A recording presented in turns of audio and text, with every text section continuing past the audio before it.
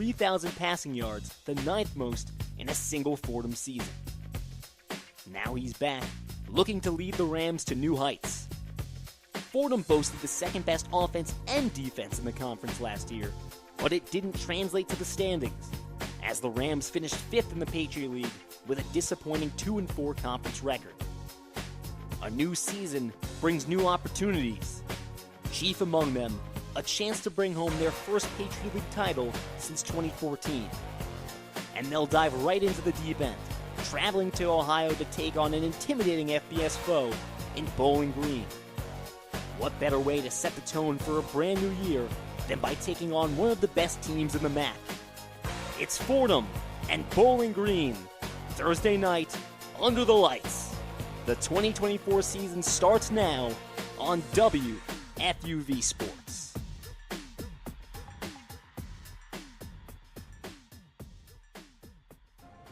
You can stop looking at the calendar. Fordham Football is back. The Rams travel to Ohio to take on Bowling Green in their one and only FBS opponent of the 2024 season. What's up, everybody? Lou Orlando alongside Evan Harkin. And on behalf of our entire WFUV crew, we're thrilled to bring you Fordham Football on 90.7 FM this season. Evan, the Rams come into this season ranked 3rd in the Patriot League preseason poll. They've got their eyes on their first conference title in 10 seasons and perhaps a little extra motivation after a disappointing 2023 season. Absolutely, Lou. Number 2 in offense and defense statistically last year, but number 5 in the standings. Joe Conlon, Garrett Cody, and Niall Perkins all told us they have to focus on the little things this year. They have to play whistle to whistle because it's about the whole game. It's about every little aspect of it, not just the talent, because they've shown they have that. They need to put it all together, Lou. Week 1 in college football, we've got an exciting matchup right here at Dwight L. Perry Stadium. We're going to get you all set up for it, but before we do, Evan and I talked to head coach Joe Conlon. Lou Orlando, Evan Harkin with head coach Joe Conlon. Coach, you're not only going up against a talented Bowling Green team, this is a team that has the 6th most seniors in the entire nation. So they're one of the best teams in the MAC and their experience. What are the challenges of both of those things? Yeah, I mean, I think they're a very well-coached team. You know, there's not a lot of weaknesses, offense, defense, special teams. They do a great job running their stuff. They're challenge you with motion on offense. A lot of gap scheme. They're going to try to get the ball out on the perimeter. Defensively, they're multiple. They play hard up front. They're very good at the 3rd level. They come downhill.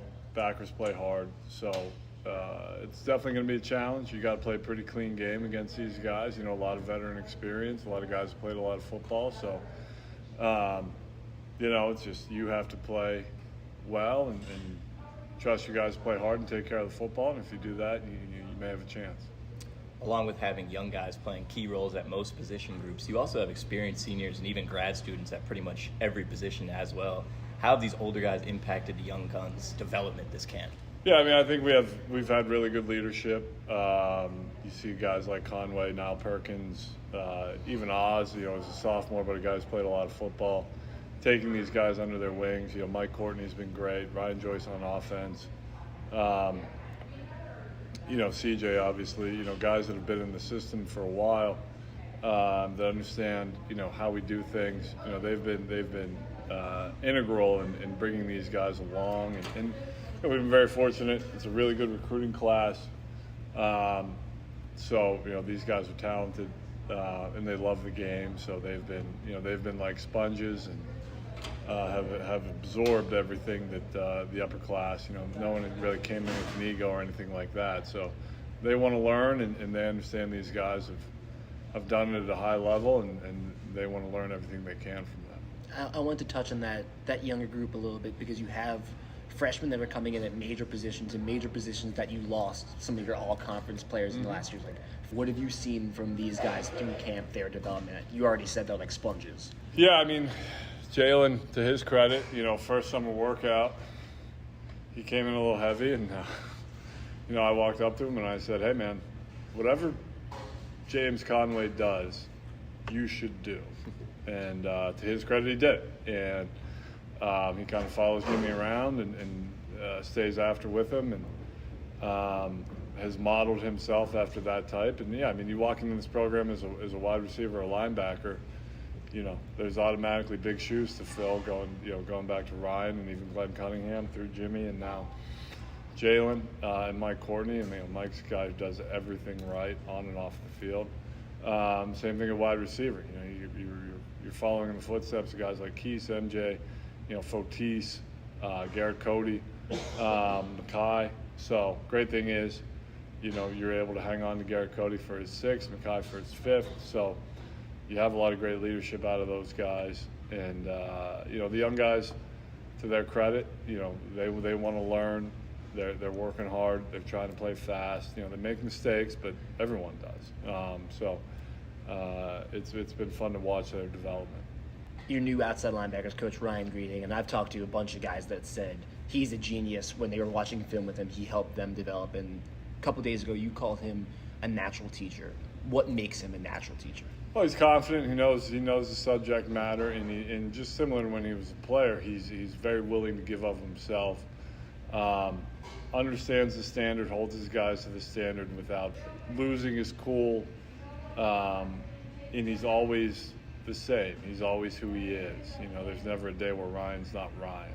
And, so those guys understand the standard. They understand what he expects. And, Mike Courtney's playing the best football he's ever played, and Ryan's doing a good job of developing the young guys at his position. So it's been fun to watch him make the transition. CJ and Garrett have both mentioned how important timing is and chemistry in this offense. Have you seen the passing game elevate to another level this camp now that CJ's here in year 2? Yeah, certainly. He's certainly much more comfortable in camp. There's a noticeable difference in this camp than last in terms of his comfort level. And credit to not just CJ, but Jack Capaldi. Jack and CJ both, I thought, were excellent this camp in terms of getting the ball out, making reads, staying calm, understanding where guys should be. So we feel very, very good about the 1 and 2 quarterback position. Coach, thanks a lot for the time. Good luck. Thank you. The Rams return after a 6-5 2023 season. They're looking to reach new heights, and Evan, they've certainly got the talent to do so. 8 players named to the preseason all-conference team. That's the second most in the Patriot League, shy of only Lafayette, who won the conference title last year. They've got the Patriot League Defensive Player of the Year in the preseason in Matt Jaworski. They've got the Phil Steele preseason Offensive Player of the Year in C.J. Montez. You know a thing or two because you've seen a thing or two as a member of these very Rams from 2020 to 2022. What do you see in this group? Well, this team never lacks talent, Lou. Joe Conlon is the first to tell them every year when the preseason awards come out that they don't mean anything to him. The postseason awards, the Patriot League title that they haven't been able to reach yet is what this team wants. They know they have talent. They have had talent since I was there in 2020, could never get it done. But Joe Conlon said this team seemed a lot hungrier to him, Lou. He was saying these guys, these grad students that came back are doing it for a purpose, for a reason. They want to reach new heights that they haven't before. And they'll be facing a Bowling Green team that's coming off a 7-6 season, but they went 5-3 in conference. They earned their second straight bowl appearance, and that's a really impressive thing when you think about where this program was when head coach Scott Loeffler took them over. They've got, you can make a case, the best tight end in all of college football. Harold Fannin Jr. was ranked as the best college football tight end last year by PFF. And they've got a great running game in Terron Stewart, a great O-line, a fantastic defense. Fordham's got their work cut out for them. Yeah, Coach Loeffler's done a great job, and you hit it right on the nose, Lou. It starts up front. There is 4 returning O-line starters who started every single game at their respective position last season. It starts in the trenches for this Bowling Green team, and it doesn't end there. It goes into the backfield with Terron Stewart, a guy whose 6.3 yards per carry was first in Bowling Green history last season. So these guys can pound the rock, and they're well coached. Fordham won the toss at midfield. They elected to defer, so it will be the Fordham defense that heads out there first. And again, they're going to have a tough task against this run game of Bowling Green. And it's, you look at the MAC, there's not electric passing really anywhere in Bowling Green. 188.8 passing yards a game last season. That was actually middle of the pack. Fordham's obviously a team that likes to throw the rock. But again, when you have that O-line, when you have a dynamic back like Terron Stewart, and make no mistake, they've got an excellent quarterback that's been in the FBS for forever. They've got a talented group of wide receivers, an Auburn transfer. So this is a Fordham defense that's going to have to play clean football and make stops if they want to come up with another win against an FBS foe. And it starts up front for the Rams the same way it starts up front for Bowling Green. This defensive line, led by Matt Jaworski, needs to have a big game today. Bowling Green run heavy. They feature all these really good O-linemen. That's their MO. Matt Jaworski and the boys are going to have to get back there and cause some distractions, cause some disruption if Fordham wants to stay in this game defensively. Fordham will be kicking left to right. They've got maroon helmets, all white jerseys, black and maroon stripes down the side for Bowling Green. Orange tops, brown pants, and red helmets. It'll be the freshman Bennett Henderson to kick things away. It's been 284 days and 18 hours since the last Fordham football kickoff. Now the waiting is over. We're moments away. Henderson walks up, puts toe to leather. The 2024 Fordham football season has begun. Kick reaches the back of the end zone, taken out by Pegues along the near side. Pegues breaks a tackle. He's loose past the 40. One man left to beat. He's still going all the way up the sideline. No one's going to stop him. How about this start for Bowling Green? Justin Pegues, 100 yards for the kick return touchdown. And what a start for the Falcons. This place is pumping right now, and they should be. That's exactly how you want to start the game. If you're Bowling Green, assert some dominance. Show that you came out here to play from the start of the first whistle. For Bennett Henderson, that's a tough spot, getting left back there to make an open field tackle in your first ever college football kickoff against an FBS opponent, and a really good returner. Not where the Rams want to be, exactly where Bowling Green wants to be, over here kicking themselves an extra point. Justin Pegues, the Tennessee Tech transfer from the FCS, taking over lead kick return duties. And my goodness, Evan, for this Fordham team that wanted to come out playing clean football, hard to think of a more deflating start than that. The extra point from Jackson Cleather, no good. So Fordham will only face a 6-point deficit, but a 6-point deficit in an instant. 12 seconds pass on the clock, and the Falcons lead 6-0. Yeah, the Falcons with a really good kick return there, but you want to focus on the end of that. Jackson Cleather, that's his first ever extra point attempt in college football. He was mainly a kickoff guy last year, did not play place kicker position for them. So you really want to capitalize on the end of that drive. If you're the Rams, the game is not over. We saw them fall 17-0 against Buffalo, their last FBS opponent. Sometimes you have to claw back. They've shown they've done it. It starts here. Yeah, you think back to that Buffalo game, you're right. Fordham faced a 17-0 deficit early. They ended up storming back, got within 3 by the end of the half, and had a really strong second half to take down Buffalo, another MAC opponent, 40-37. Albeit Buffalo not quite to the level that Bowling Green is. Bowling Green picked 3rd in the MAC preseason poll, and depending on who you listen to, they've got a real good shot at maybe coming away with the conference title here. This is an excellent team. This is an excellent defense. They led the nation in takeaways with 28. So now we're going to look at this Fordham offense, and already pressure building on their shoulders. There couldn't be more pressure. There's pressure coming on the kickoff right here. Mason Hatfield and KJ Reed back there to return. That's going to be Noden Tracy back there returning for the Rams. 2 young guns hoping to make a big impact right here on a huge play. Well, this will be Zach Long, who will do the kickoff duties, and fitting to the name, he's got quite the powerful leg. 70 touchbacks last year with the FBS team Troy.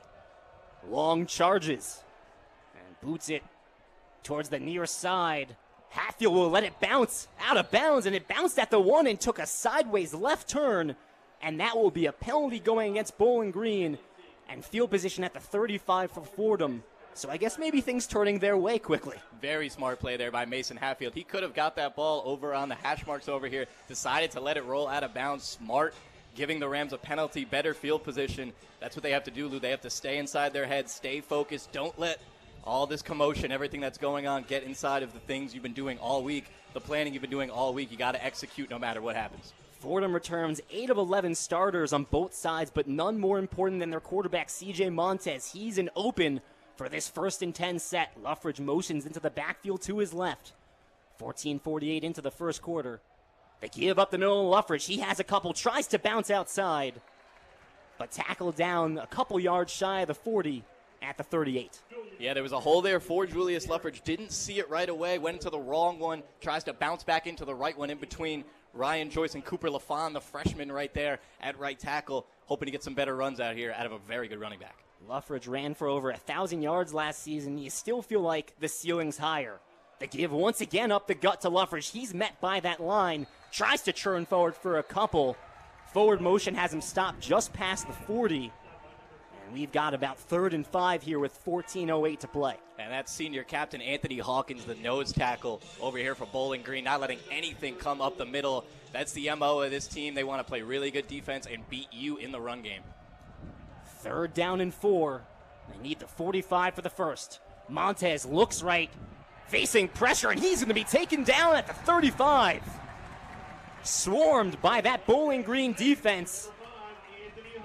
It's Anthony Hawkins that comes away with the sack. Had the tackle on 2nd down, the sack on 3rd, a 3 and out for Fordham on their first drive. Over 100 tackles in this man's Bowling Green career. You can add 2 to that list right now after that first drive. An excellent player, showing you why he deserves to be a captain on the field right now. Fordham's going to be out here to punt. Hazlitt stands at his own 20. He's got quite the leg.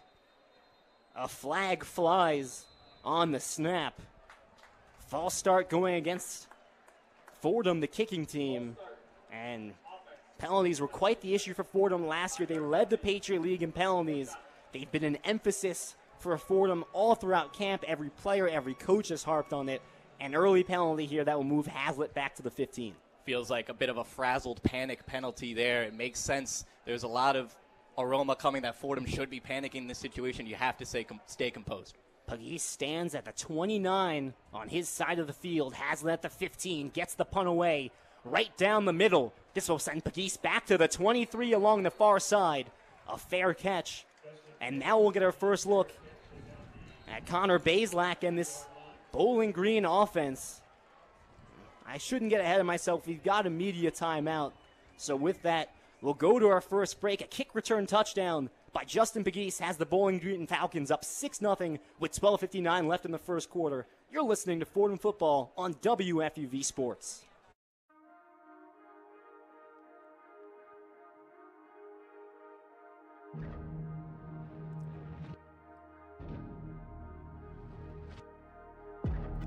What's up, everyone? I'm Evan Harkin, your New York Jets beat reporter for the 2024 season. Stay up to date with all things white and green from MetLife Stadium. From Aaron Rodgers' touchdowns to Sauce Gardner interceptions, I've got you covered. So join me and Gang Green on Twitter at Ev Harkin and stay locked in with the JETS on WFUV, your home for New York sports.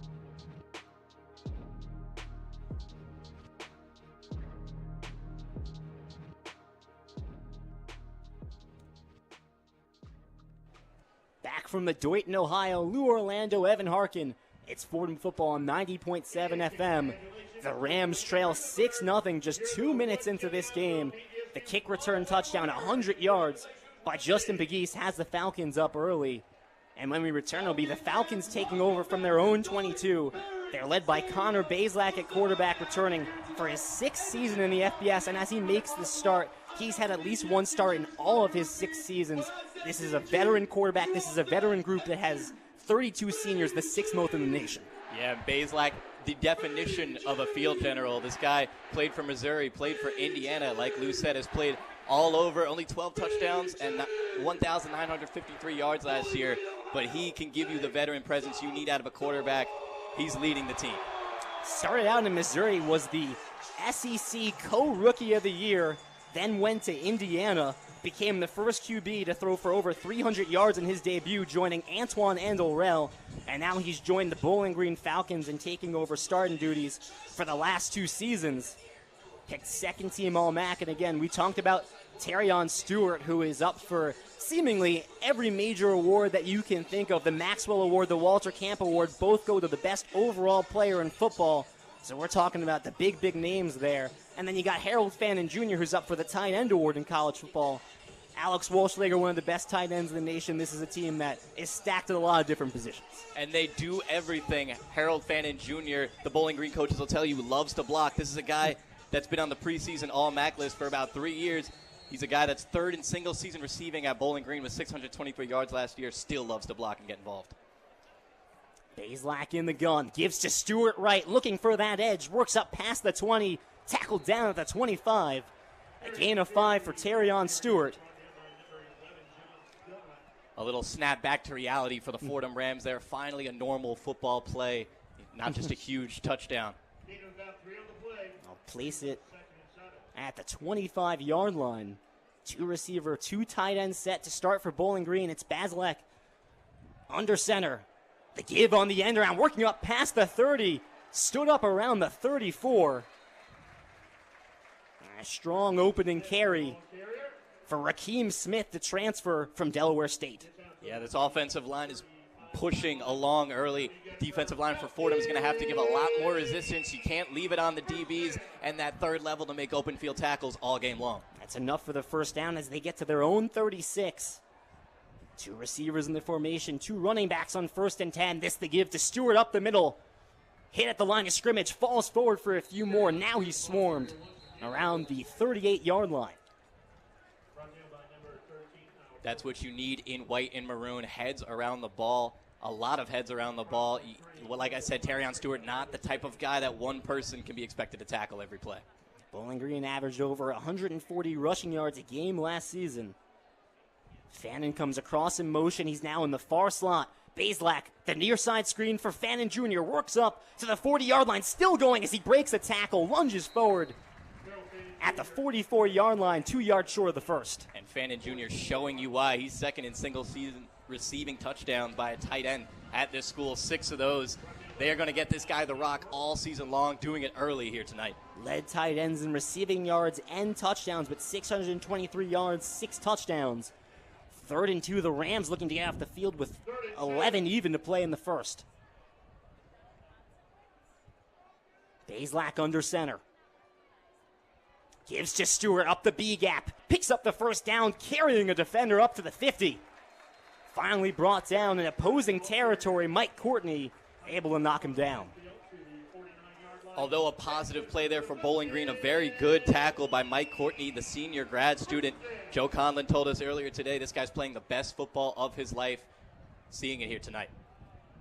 Fordham's got Jaworski on the left end, lined up with Walschlager, the best O-lineman on this Bowling Green team. Trips right, Bazelak drops back. Throws right, he's got Fannin wide open on the out route. Ups past the 40, hurdles Alex Kemper, and knocked out of bounds past the 35. That did not look like a tight end who loves to block there, Lou. Going up and over, very receiver-esque as Harold Fannin Jr. is. The Rams with good pressure there, but seems like everybody was open downfield. 2 early receptions for Harold Fannin Jr. And the Bowling Green Falcons inside the opposing 35. Zarek across. 2 receivers on the far side. This the give to Patterson. Breaks 1 tackle. Still going inside the 20. Ruled down at the 20 exactly. The first carry for Jason Patterson, the senior running back. And another first down. Bowling Green right now moving with ease. Yeah, Bowling Green letting the Rams know they don't only have to watch out for Stewart. It's Patterson as well. 982 yards, an impact player after Stewart got hurt last season. 2 receivers out right, 1 out left. The give to Patterson, cuts back far side. And this time the defense containment. A helmet flies off after the 2-yard gain from Patterson. Big stop there by Colby Spencer, the 6'4 junior from Pembroke, Mass. They're going to need everybody to step up on this defensive line and work as a unit to help push along, get some pressure in that backfield. Bowling Green at the opposing 17. A 2nd and 7 snap. Bazelak goes under center. He's got Stewart to his left. Instead, pitches back on the end around. Turning up inside the 10. Brought down at the 5-yard line.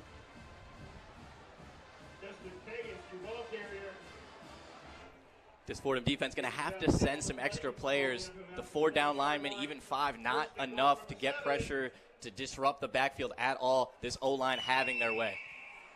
Bowling Green now inside the 10. 1st and goal from the 7. 2 receiver, 2 tight end set. Bazelak gives left for Stewart. The outside edge, stiff arms a defender, works up and into the end zone. Touchdown, Bowling Green. With 8:20 to play, Bowling Green gets their 2nd touchdown of the game, and it's Terrion Stewart punching in the score. A Madden-esque touchdown there by Terrion Stewart, looking like a human joystick, making 3 Rams defenders not only miss, but look very silly on his way for that 5-yard punch-in. Terrion Stewart And this run game, we thought it might be a problem for Fordham, and they had hats to the football there. It didn't seem to matter. When you have hats to the football, you have to still tackle, and this Fordham defense showing early on that they really can't do that, especially against the big players. Here's Cleather, missed his first time on the second attempt through the uprights. The first extra point in the career of the sophomore Jackson Cleather. The Falcons up 13-0 with 8:20 to play in the first quarter. This is a nightmare start for Fordham, but not a start that they shouldn't have expected at all. I'm sure Joe Conlon, members of this coaching staff, were preaching to the team, Lou, that we might go down early. We're away against an FBS opponent, a very good MAC team. There's a good chance we have to claw back into this game. We have to stay focused, stay composed, and execute.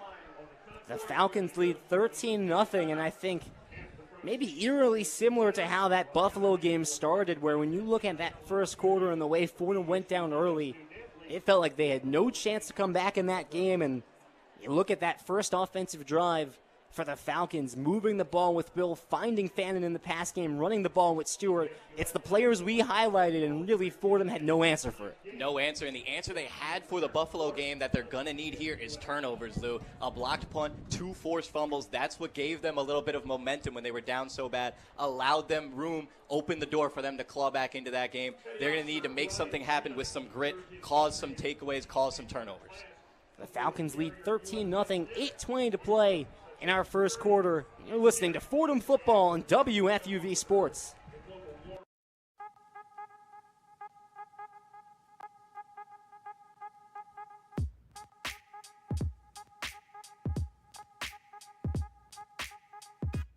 How's it going, everyone? Will Talent here, your New York Giants beat reporter for the 2024 season. Follow alongside me at talent_Will on X to catch all of the updates on your New York Football Giants from MetLife Stadium. With rookie sensation Malik Neighbors and big free agent acquisition Brian Burns, WFUV Sports is the place for Big Blue coverage.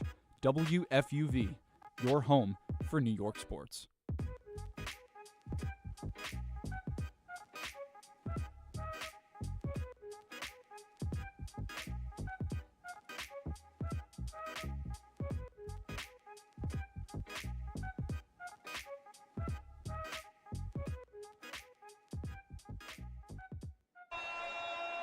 Bowling Green, 69-31-5 in home openers, and they have got an absolutely packed crowd in the stands across from us. They're calling it Orange Wave Night, and every single person across from us, Evan, absolutely decked out in orange. They've been loud. They've had a lot to cheer for with the Falcons up 13-0, 8:20 left in the first quarter. It is rowdy here, Lou, as it deserves to be. This is where the Falcons wanted to be. As soon as this game started, the Rams, CJ Montez is over here shaking his head up and down, dancing a little bit. I kind of like it showing he's composed. He's not letting this pressure get to him. He needs to take that and bring it into the offense, let them know as their team captain, guys, this is our game to win and lose still. Well, Montez hasn't had a chance to attempt a pass yet. The Rams handed it to Luffridge twice, then looked to pass on third down. Montez was torn down by Anthony Hawkins. So a 3-and-out for the Rams, and again, it's been momentum completely on the side of Bowling Green. They opened the game with a 100-yard kick return touchdown. Then they force a 3-and-out for Fordham offensively. Then they go down the field 77 yards, or 73 yards, and punch home the touchdown with Terrion Stewart. Fordham's fared well against FBS opponents and the MAC. They've got 3 wins against the FBS dating back to 2013. Their last few games against the MAC, obviously upset Buffalo last year. Then you look the year before in a shootout with Ohio, 59-52. They narrowly lose that one. Kicks away from long. Hatfield on the near side. Up past the 15. Looking to work towards the middle of the field. He's flipped over around the 23, and a flag flies on that hit. And that could be another special teams penalty for Bowling Green. Interesting to see what this will be. Going to be a huge penalty either way here. A decent return there by Hatfield, getting to around the 25 before the flags fly. With MJ Wright, the 6th all-time leading receiver in Fordham history, departing after 5 years in the program, it's Mason Hatfield taking over primary kick return duties, and the penalty will go against Fordham Holming, so that will work it back. Hatfield didn't look too bad on that return, and outside of some ball security issues, this is a kid that has a lot of explosiveness that will be looking to take over for MJ Wright, who is as explosive as they get. And I think if you were to build a kick returner or punt returner in a lab, you might build Mason Hatfield, 5'7", 180 pounds, small but very shifty, allows himself to hide behind those bigger blockers and weave in and out of holes. 8:14 left in the first quarter. The Rams trail by 13. 1st and 10 from their own 15-yard line. Trip set out left. Play action. Montez looking right, going deep down the field for Garrett Cody. Incomplete, just a step ahead of him. And in coverage, that was Jordan Oladokin, one of the best cornerbacks in the MAC. And you have to think he's going to be shadowing Garrett Cody today. 100%. You want to follow number 7 around the field. The Rams showing when they're in trouble, that's the guy they want to go to early. I was about to say, Lou, it starts with a first down. I guess that's not where the Rams' head are at. They want a touchdown. 2nd down and 10 from the same spot. This time 2 receivers either side. Montez looks right. The quick pass to Cody at the 20-yard line. He'll take himself to the ground with a dive, picks up a few more, and they'll be a couple yards short of the first down after that 8-yard grab from Cody. Crucial 3rd down here. It would be a major play to move the chains, finally get into that flow. They'll call it 3rd down and 1, 7:48, and taking the give to Luffridge, picks up the first down and drives the shoulder into the stomach of C.J. Brown, the safety for Bowling Green. Moves the chains with Fordham's first down of the game. A big boy run by a big guy in Julius Luffridge, 6 foot 210, the Houston, Texas product, putting the helmet and shoulder down and getting through for the first down. 1st and 10 from the 29. Montez in the gun, Luffridge to his left. 7:20 left to go in the first quarter. Rams looking to put together a solid drive. A flag flies after a little bit of a flinch on the line. Fordham immediately points toward Bowling Green, and we'll see what the refs decide. Offside. Defense, number 55. Offsides on the defense. I'll go against number 55, Evan Branch Haynes, the defensive lineman. Great game plan there. They work a different cadence, try to get the defense offsides, put the pressure on them. Fordham likes to work quick. They didn't there, so now 1st and 5 from the 34. Clock ticks under 7 minutes in the first. Wide receiver stacks either side. Just 3 on the line for Bowling Green here. The give to Luffridge. Stutters, now works up. Gets up to the 35, driven back in the scrum. Forward motion has him down at the 36. A late flag flies. That scrum get a little physical. And we'll see if we've got an unnecessary roughness here. Pushing after the whistle, that looks like it's going to be an unnecessary roughness against Bowling Green. After the play is over, personal foul. Defense, number 38, unnecessary roughness. 15-yard penalty. That's unnecessary roughness against De'Are Kelly. So Bowling Green helping out Fordham a little bit with some penalties. First the offsides, now an unnecessary roughness, and that will take Fordham into Bowling Green territory at the opposing 48. The Falcons are focused on not committing penalties. They want to play a clean game and hope that their talent can prevail and win them this one. Now their coach, Scott Leffler, said they need to play a clean game, so they need to eat the clock. They're scared, or they're wary of this Fordham offense. 1st and 10 from the opposing 48. 3 receiver tight end set. The give to Luffridge, off left tackle, a burst of speed, carrying defenders up to the 30-yard line, nearly a 20-yard run, and Julius Luffridge, in a flash, takes it to the 30. Luffridge, a guy who had FBS offers coming out of high school, showing he can pound with these big boys up in the FBS, running through multiple there. That's the best offensive play Fordham's seen so far. Montez, play action, looks middle, steps up, swarmed, and he's taken down at the 35. Once again, pressure coming. This is Anthony Hawkins once again, his 2nd sack of the ball game. Loss of 5. Cody Johnson as a center, Ryan Joyce with a little bit of trouble there with Anthony Hawkins. This offensive line is going to have to adjust to Hawkins because he's been destroying this game so far. 5:35 to go in the first. Fordham looking for their first score of the game. 2nd and 15 from the 35. They need the 20 for the first. Bowling Green showing a little bit of blitz off the edge with Miles Bradley. Here comes Bradley. The give to Luffridge, right side. He's tackled by Bradley at the 35. Bradley looked like he was going to blitz off the edge, instead ran up the middle right into the lane of Luffridge. This defensive line showing their muscle early. Some good pulls there by the Fordham Rams on the offensive line, got to those blocks, but the guys they left open flying into the backfield to make tackles from behind. Fordham at the 35, outside of the range of the freshman Bennett Henderson. So they'll need to pick up at least 5 yards to get into field goal distance. 3rd and 15, 4:42 and ticking as Montez steps up to adjust the play. Bowling Green sends a blitz. Montez in the gun, facing pressure, brought down at the 45. The blitz comes through once again. A.V. McGarry, blitzing from the linebacker spot, takes down Montez, the 3rd sack of the game for Bowling Green. And Montez specifically adjusted that play at the line to pick him up, told the offensive line, could see that he was blitzing, gets right through the offensive lineman that was put against him, gets right to Montez. The Rams need to keep Montez off the ground if they want to have a chance offensively. Already 3 sacks. That was a problem in their season opener last year against Albany. Albany sacked Montez 8 times in what ended up being a blowout victory to start the 2023 season. Hazlitt stands at his own 44. Looking to trap Bowling Green inside the 20. This one at the 5, caught by Pegues. The fair catch. And Bowling Green will be trapped inside their own 10. Great punt there by Will Hazlitt, putting it on the 5-yard line, not too far, going into the end zone, causing a touchback. First in the Patriot League in average yards per punt with 42.5 last year, and the preseason All-American second team. Really good punter in Will Hazlitt. Fordham held off the scoreboard with 3:47 left to go in the first. They trail 13-0 from Deutsch Perry Stadium. You're listening to Fordham Football on 90.7 FM.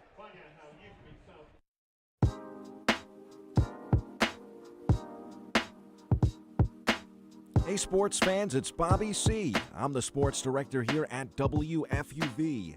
From live broadcasts of Fordham athletics to coverage of all the professional sports teams in the NYC, we've got everything a sports fan could ask for. Like talking sports? Check out One-on-One, New York's longest-running sports call-in show, as well as our diverse collection of podcasts. If you're a Fordham student interested in joining our program, feel free to shoot me an email, bobbyc@wfuv.org. And as always, thank you to all of our listeners who support us every week. 90.7 FM is the home of WFUV Sports.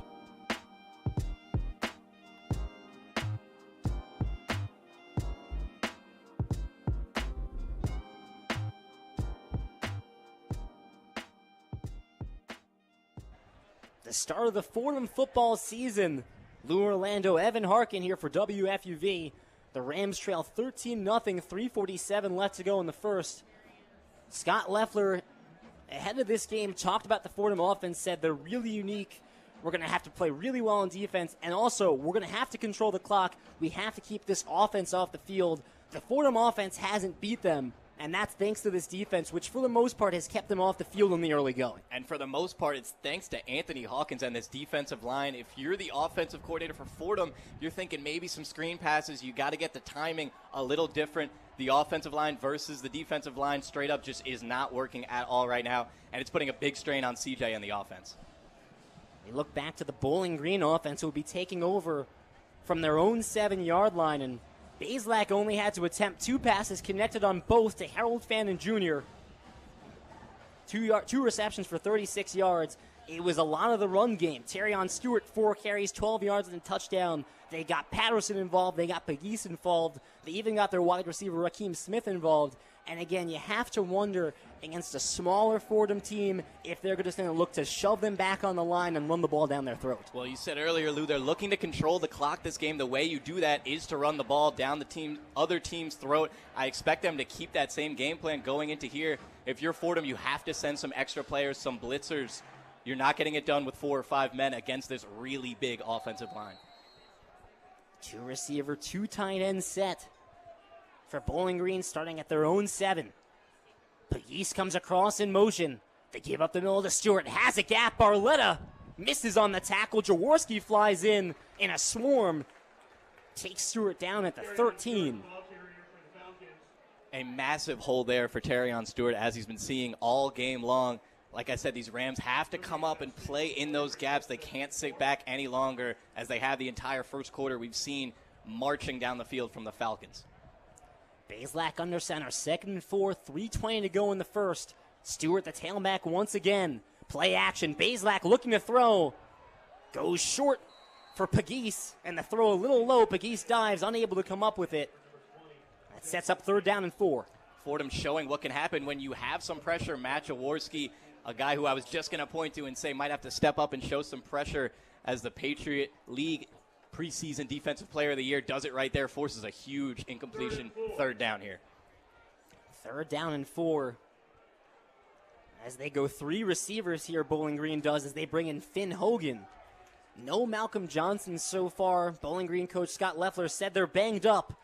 Bazelak looking to throw, goes middle for Harold Fannin Jr., breaks loose midfield. Finally brought down at his own 45-yard line.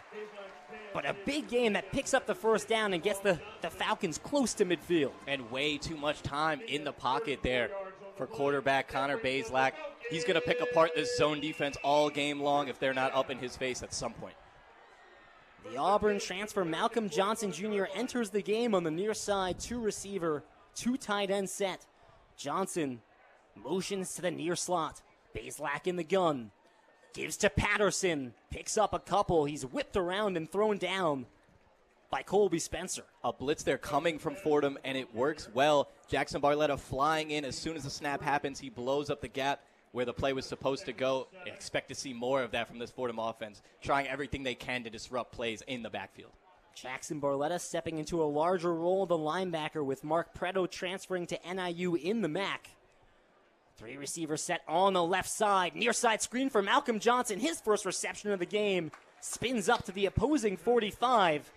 And this is going to be awfully close. They'll say, yes, he has the 1st down. Move the chains. Big tackle there from Jalen Dawson despite the 1st down. A guy who Joe Conlon told to do exactly what James Conway does. And he does that right there with the tackle in the middle of the open field. The freshman Jalen Dawson from Goodyear, Arizona, stepping into a major role in this defense as a first-year player. Bazelak under center, no one behind him. Here comes Pegues in motion. Fakes the pitch back to him. Looking to throw deep down the field. Throws left. It's Fannin again past the 30. Shoves the defender to the ground. Brought down shy of the 20. But he dealt some punishment to Niall Perkins right there. He dealt some punishment for sure, and so has this offensive line all quarter long. Bazelak could have put a recliner back there in the backfield and then thrown the ball after he had some coffee, and it has all day. 1:08 to go in this first quarter as the clock ticks. Fannin will take a break. 1st down and 10 from their opposing 24. Bazelak under center. Pegues in motion again. Fakes the pitch. Gives it to Stewart running left. Shuffles by 3 defenders. Works up. Breaks another tackle. Gets inside the 15. It's Andrew Osmond that finally takes him down. But not before another 1st down and Bowling Green in the red zone. Yeah, it's just been the same pattern of running the ball down Fordham's throat. No matter what blitzers they send, no matter if there's a guy at the line of scrimmage there to tackle, doesn't seem to be working so far. The Falcons too elite in the open field. 25 seconds ticking on our first quarter. Bazelak in the gun. The Falcons have maybe one more snap before quarters close. 1st and 10 from the 13. And now whistles timeout Bowling Green. So they'll take a little bit of time. That's their first of the game with 14 seconds left.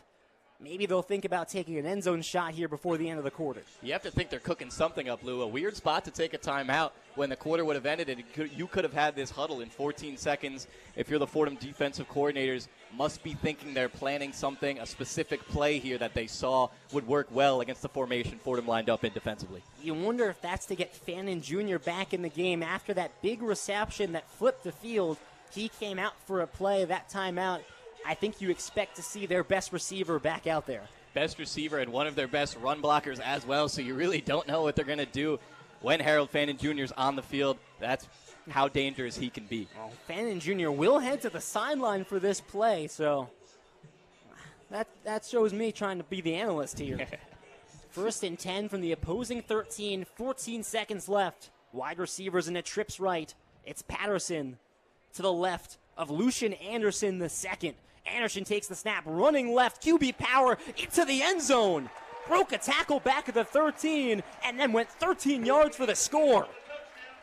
The backup quarterback, Lucian Anderson, and the Falcons up 19-0 with 9 seconds left. Well, Lou, Fordham might have to go practice tackle drills in the locker room during halftime because every time they seem to finally get into the backfield, that time it was Peter Chalhoub, number 93, getting into the backfield. Would have been a rough ankle tackle, but not able to get it done against these bigger, faster, stronger skill position players for the Falcons. For Lucian Anderson II, his second touchdown of his college football career after playing 3 games last year and rushing for a score. Cleather sends it through the uprights. Bowling Green up 20-0 with 9 seconds left in the first quarter. And again, I know we said that Fordham went down 17-0 to Buffalo last year. This feels pretty deflating. It feels a little bit worse than 17-0, even though 20-0 is worse mathematically. I think that's because of the atmosphere here. I mean, it's just a sea of orange. The Rams can't seem to do anything, even when they have a right guy in the right spot. When they have open field tacklers there to make the play where they need to, can't seem to do it. Physically outmatched right now, Lou. You talk about the missed tackles, and I think that's the frustrating thing about this first quarter. It's not necessarily that the Fordham Rams are just getting locked up on the line. They're getting hats to the football. These Bowling Green players, and credit to these athletes, they're big, they're strong, they're fast. That's why they play in the FCS or the FBS. But they are breaking tackles left and right. And they're breaking them in bad ways, just shaking off Fordham defenders. There's not a lot of juking, not a lot of trucking, just waiting for the hit to come and then pushing the defender down their legs and keep running. Well, head coach Scott Loeffler said, it's been an injury-ridden camp to say the least. We're going to have to move some people around. The injuries really haven't reared their heads so far today, as Bowling Green has been able to do whatever they please. One more kickoff here in the first quarter. Perhaps one more play for Fordham offensively. Long charges. Strong kick. Down the middle, Hatfield will take it out from the end zone. Working along the numbers, gets tripped up back at the 15. And the knee hits just after the 20-yard line. Fordham has 3 seconds to run one play. Another solid return there by Mason Hatfield, looking at the positives here, even though there's not too many for Fordham. That's the second time he's one close broken tackle away from breaking one for a big gain. There's some holes there for Fordham on this kick return unit. Julius Luffridge, through 1 quarter of play, 5 carries, 47 yards. That's an average of 9.4. Thanks a lot to that 18-yard carry, his longest of the day. Wide receiver stack on the far side. Luffridge to the left hip of Montez. 1st and 10 from the 21. The give to Luffridge, working right up inside that interior line. And ends up getting all the way up to the 25-yard line. A strong gain of 4 to end the quarter. Fordham finally able to get some push on that interior unit on Anthony Hawkins. They're going to need to keep doing that if they want a chance here offensively. Fordham going up against their one and only FBS opponent of the year in Bowling Green, and it has been tough sledding so far. The Falcons lead 20-0 through 1 quarter of play. That takes us to the first update of the 2024 football season. We send it back to Chaz Mcadams to take us around the world of sports. The one-on-one scoreboard. Thanks, Lou. Starting out with the first quarter update, Brandon Ayuk just re-signed with the San Francisco 49ers. A 4-year, $120 million deal makes the final big sweepstakes of the NFL season done. And live, the Patriot League's own Lafayette is trailing Buffalo at home 13-0 through the first quarter. Looks like a shaky outing for the Patriot League's preseason poll winner. Coming up in FBS action, the Howard Bison are down 14-0 in New Brunswick to the Scarlet Knights of Rutgers in the first half. Touchdowns from Demir Miller and Ethan Kalamanasis. The Wake Forest is up in a charity matchup versus North Carolina A&T Aggies. Should be a nice opening game for the Demon Deacons. Preparing them for a tough ACC schedule, Damon Claiborne running in for the only touchdown of the game. Coach Prime is back trying to find success in Colorado as they face the NDSU Buffaloes at 8. With a studio update, I'm Chaz Mcadams.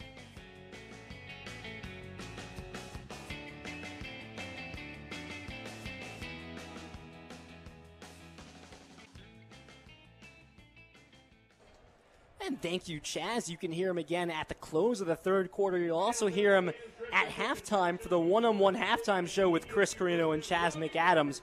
We bring you back to Dwight L. Perry Stadium. And Evan, again, it's been a little ugly. The Falcons up 20-0 through one quarter of play, and this Fordham offense has really struggled to get things going. They've really struggled to get their very talented receivers into the game. Just one reception for Garrett Cody, 9 yards. That's all they have to show in the pass game. It's been very ugly, but you have to look at the future here, not the past. If it's 20-7, it's a whole new ball game than it being 28-0. If you give the ball back to the defense, a huge drive here. And you're absolutely right, Lou. These grad students, Garrett Cody, Mekhi Felton, Cole Thornton, Jeff Ciccio on the tight end unit, have to get it going in the passing attack, which is the Falcons' biggest threat. Fordham's found success offensively in the run game so far. That's all on the back of Julius Luffridge, 6 carries, 51 yards. And that's been a guy that they've been able to go to when the sledding has been tough. I think back to last year, there were a lot of games where maybe the passing game got off to a slow start, and it was Julius Luffridge that picked up the first downs, did the tough things, and even I think back to the first play of this drive that took us to the end of the first quarter. Luffridge runs right into the teeth of that defense. It looks like he's got 4 guys around him, and he still works up for 4 yards.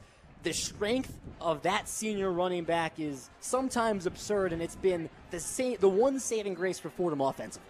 Absolutely. I'm expecting to see maybe some screen passes, maybe some pitches here to Julius Luffridge because the offensive line in front of him hasn't been giving him too much help. You want to help them out a little bit by throwing off the timing of this defensive unit, getting the ball into your playmakers' hands without having to take the time in the backfield to do it.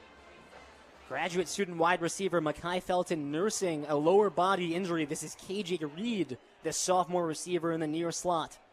3 receiver tight end set to open the second quarter. Fordham trails 20-0. Montez has Luffridge to his left. First down and 10 from the 25.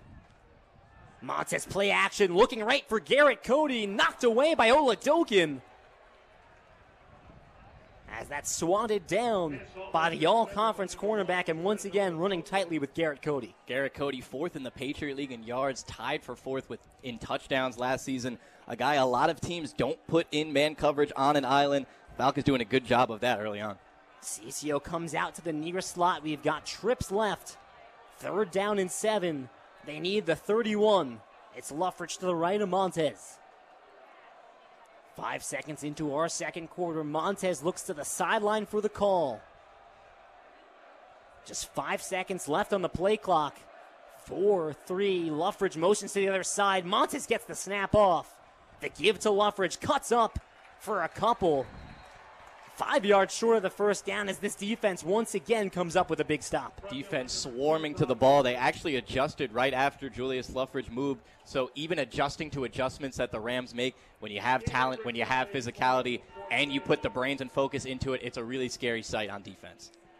This is Will Hazlitt for the 3rd time today, and that might be 3 times too many for Joe Conlon and this coaching staff for their liking. This electric Fordham offense has been held down so far. Just 1 first down. Just a couple first downs as Hazlitt boots it away to the 35. Pegues breaks 1 tackle, now cuts right up the middle. Loose across midfield, still going. Finally brought down ahead of the 40-yard line, and missed tackles, broken tackles. We say it time and time again. Another big-time return from Justin Pegues. Well, that's Walker Atkinson for the Rams, the long snapper. A guy who started every game for them in 2023, doing a really good job of getting all the way down there the second the ball was caught, not able to make the tackle. And as you said, Lou, the same story for 3 other Rams defenders there. 14:04 left in the second as the Falcons take over from the opposing 38-yard line. Great field positioning after the return from Pegues. Running backs flank Basil on either side. Bazelak time in the pocket. Throws left for Fannin. Shakes 1 tackle, shakes another. Still on his feet and finally taken down by a swarm of defenders. Niall Perkins in there, Jalen Dawson in there, John Scott, Jackson Barletta in there. It looked like it took 4 or 5 Rams to finally pull Fannin to the ground. Which is what you'd expect from a massive guy like Fannin.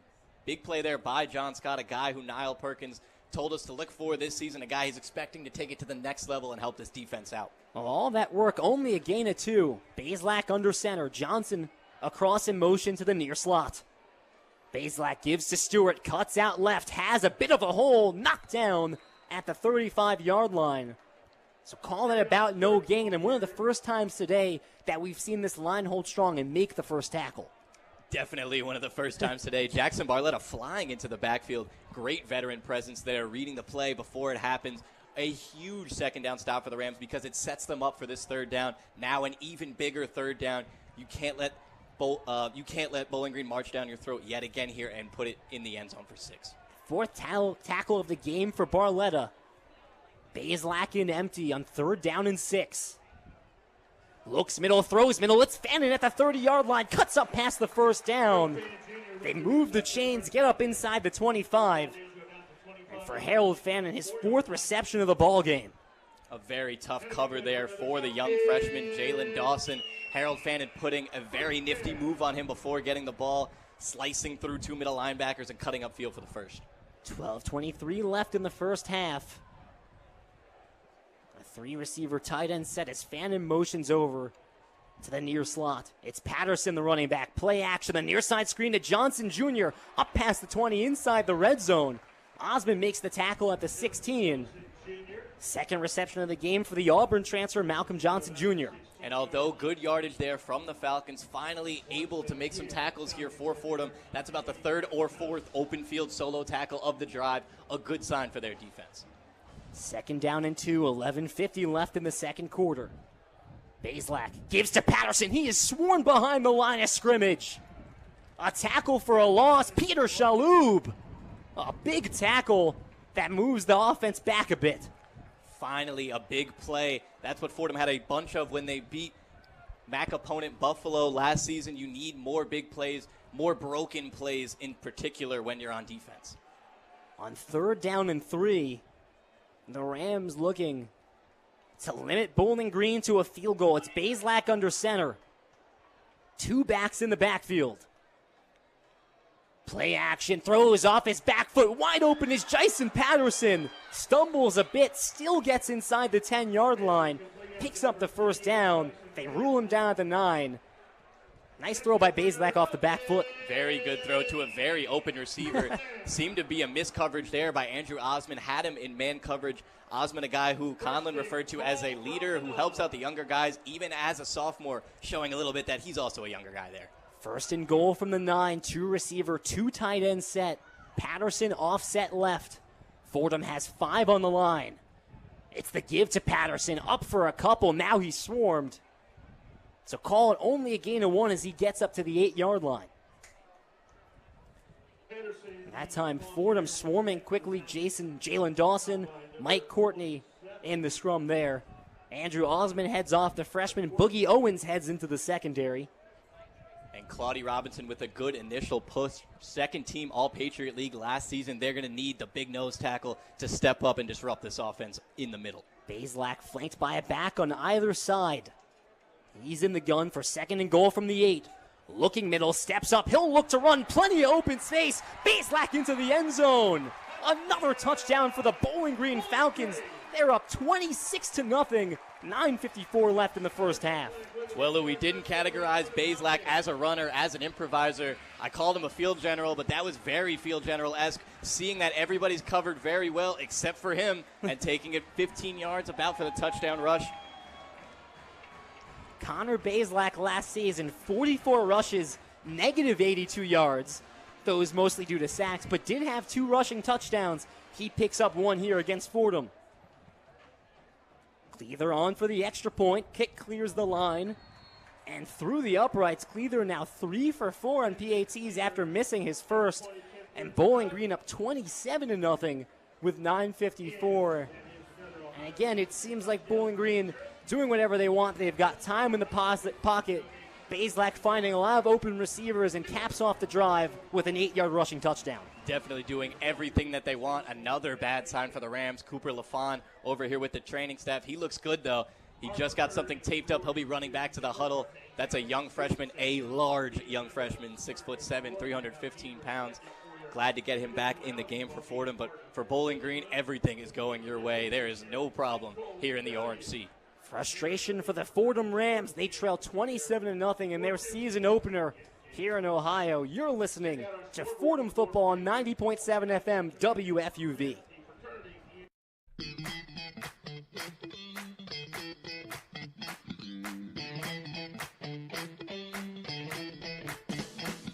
Hi, this is Ben Oppenheimer reminding you to tune in to New York's longest-running sports call-in show, One-on-One. Catch One-on-One live on the WFUV Sports YouTube channel every Saturday from 11 a.m. to 2 p.m. and then later on 90.7 FM from 11 p.m. to 2 a.m. We'll catch you next Saturday on One-on-One.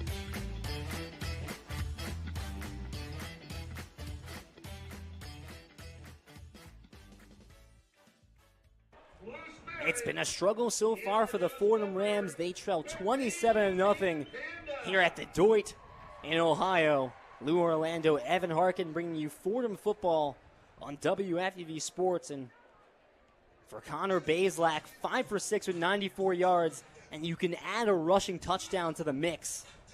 He's had an easy day so far, seemingly, and now this Fordham offense will look to get back on the field and maybe put together a scoring drive, but it seems like nothing on either side of the ball is going easy. It's been a quarterback's dream for Connor Bazelak today. No pressure at all, wide open receivers, rushing touchdowns.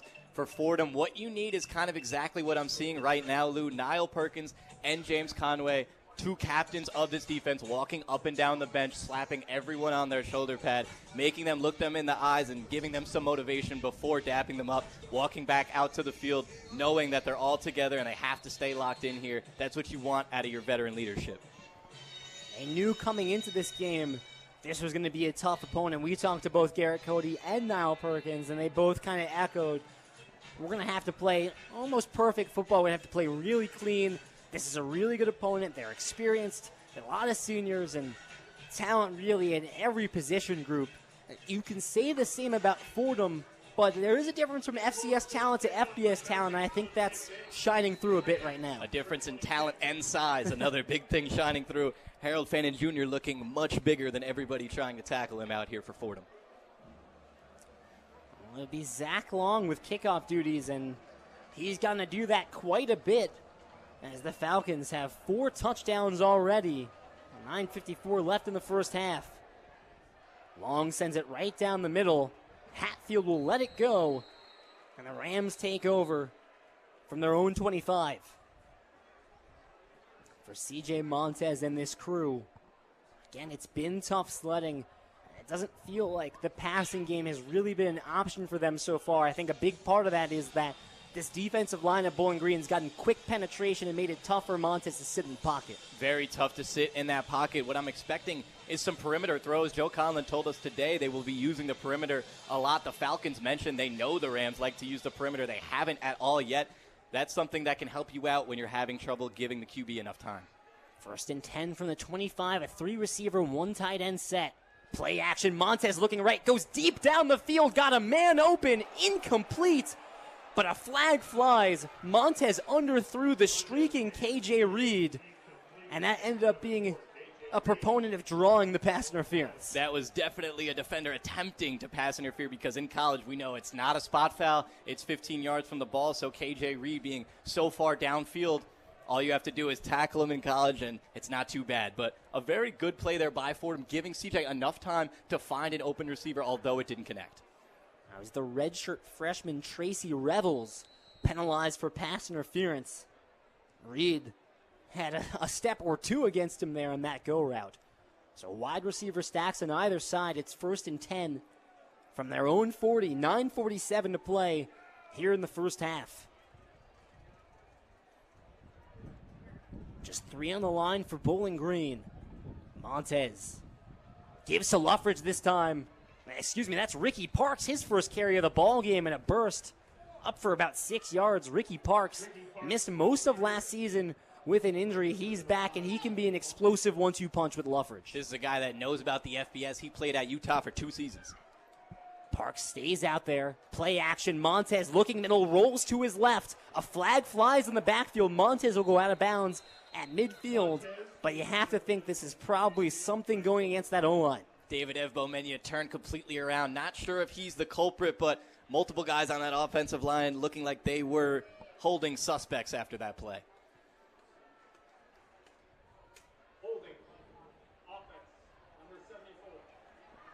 They got number 74, Duke Leonard, so that's the left guard, Uriah Ebumenya, the left tackle. Either way, the point stands, a 5-yard penalty that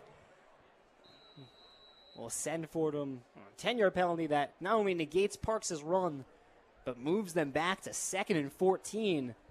Ball spotted on the 36, 9-10 and ticking on the first half. It's Parks, sidecar left, 3-receiver tight end set. Montez looks left, throws left, out of the reach of the sophomore receiver Ricky Gonzalez at the 40-yard line. Had some space on that sideline. Montez's throw, just a bit too far. Those are the little things you need on offense. You need the hitch routes to be completions. You need to get those 5 yards when these DBs are giving them to you. 3rd and 14 from the 36. They need midfield for the first. Fordham in a trips formation. It's Cody, KJ Reed, and Matt Buron. On the far side, Ricky Gonzalez all alone to the left. Park stays out there on 3rd down. Bowling Green sends 4. Montez throws over the middle. It's brought in. Ricky Gonzalez a few yards short of midfield. And at this point in the game, you wonder if they just keep the offense out there. You might as well keep it out there because the defense has not shown any ability to stop any type of play. So you might as well go on the attack if you can't defend. That's what they'll do. Fordham NASCAR's back to the line of scrimmage. 4th down and 3. Again, they need midfield. They're at the 47 right now. 8:30 and ticking on this first half. Montez peers in towards the sideline. 4 on the line once again. Here comes a flag with 8 seconds left in the play clock and a false start going against Fordham. And we'll see if Coach Conlon still elects to keep the offense out there, and he won't. Here comes Will Hazlitt, and that's when you talk about pre-snap and post-snap penalties, that's something that a ton of these players have harped to us that was a huge issue they need to clean up. That's one you're going to regret. Huge, and a huge issue that Coach Conlon absolutely dislikes. He doesn't want his players causing any issues before the play even starts. They have enough trouble even running plays right now, Lou. Hazlitt stands at his own 28. Nearly gets the punt away as the crowd oohs and ahs. It bounces at the 25. Fordham will let it roll inside the 20. It's tapped down at the 15. If you're looking for bright spots, that is the second punt for Will Hazlitt inside the 20. Really good punting by a really good punter here. I mentioned the awards. He got a very big punter as well. I think the only one you might mistake for a linebacker out here, big number 49, Will Hazlitt, showing you the big leg. We talk about the departures that have left this Fordham team from 2023, and most people immediately go to MJ Wright, the 6th all-time leading receiver, or Lucas Portez, a multiple all-conference left tackle, or right tackle. Maybe even you go to the defensive side, Stephen Williams III. Not talked enough about is the kicker, Brandon Peskin, who transferred to Richmond. It's good that Hazlitt's still here for the punting unit, but it's a freshman, Bennett Henderson. We haven't seen a ton of him, but when you talk about special teams, which is something that Fordham did pretty well last year, won a couple games on special teams, that is a big departure. Fordham's had a lot of really good special teamers, not even only in the kicking position. Kicker Brandon Peskin leaving for Richmond. Kicker Michael Bernard heading over to Kentucky. Long snapper Tom Callahan going to Syracuse. So a lot of these special teamers moving up into the FBS after playing at Fordham, showing that they put a lot of pride into that unit. Will Hazlitt carrying the pride into this season. I think that's the big X factor, because you look at the other position groups. You can replace MJ Wright to a certain extent with Garrett Cody, who is second-team All-Patriot League. Mekhi Felton was an all-conference player 2 years ago. Cole Thornton really is a sleeper in this wide receiver group, and then some of the young guys that are starting to step up. And then on the defensive side, hard to believe right now as they trail 27-0. There is a ton of depth there. I think the big question is, how will the freshman Bennett Henderson adjust to this kicking role, taking over as their lead field goal guy, their lead extra point guy, and he has a good leg. We know that. We talked to Coach Conlon. He said, about the same range as Brandon Peskin, just not as consistent. And that's going to be a big thing to watch this season. We really haven't gotten to see a ton of him, but that's going to be a big question for these Rams. It's going to be a big question, and I think he made it a big point to say he's not as consistent yet, because he's a really young guy that he has a lot of aspiration to, will grow into a great kicker. Also showed these recruiters for the Fordham coaching staff that he could do it in high school with 6 40-plus yard kicks. That is a major stat for high school. That would be a really good stat for an FCS kicker. This Fordham defensive side of the ball, Alfonso Dixon was another major departure, and that was a guy that had been here for 6 years, fought through an injury to come back last year and give them valuable minutes. But, again, depth on this line, even with Jack Lowe out to start the season, depth in this linebacker unit, depth in this secondary. We saw Alex Kemper a little bit, and he's out there now after really not practicing a ton through camp. He was a question mark coming in, but he's on the left side of the field at cornerback. Play resumes from Bowling Green's own 15. Bazelak gives it to Stewart, eyeing the outside edge. He's got plenty of space. Shakes off a tackle from Osmond, still going, rumbling past the first down. Crosses the 30-yard line. And Andrew Osmond sent his entire body flying into Terrion Stewart, and he still shook it off. Didn't do much, and we know Andrew Osmond is a very good safety here in the Patriot League in the FCS. Had an amazing freshman season. Also, senior captain, a guy who's got preseason awards, Niall Perkins out there, just not big enough to get it done against these big boys. 1st and 10 from the 27 after the 12-yard run. Bazelak fakes the pitch, looking left side, has a receiver turning up the field. Knocked out of bounds. That's Jamal Johnson out of the backfield. Again, the chains move as he works up past the 40-yard line.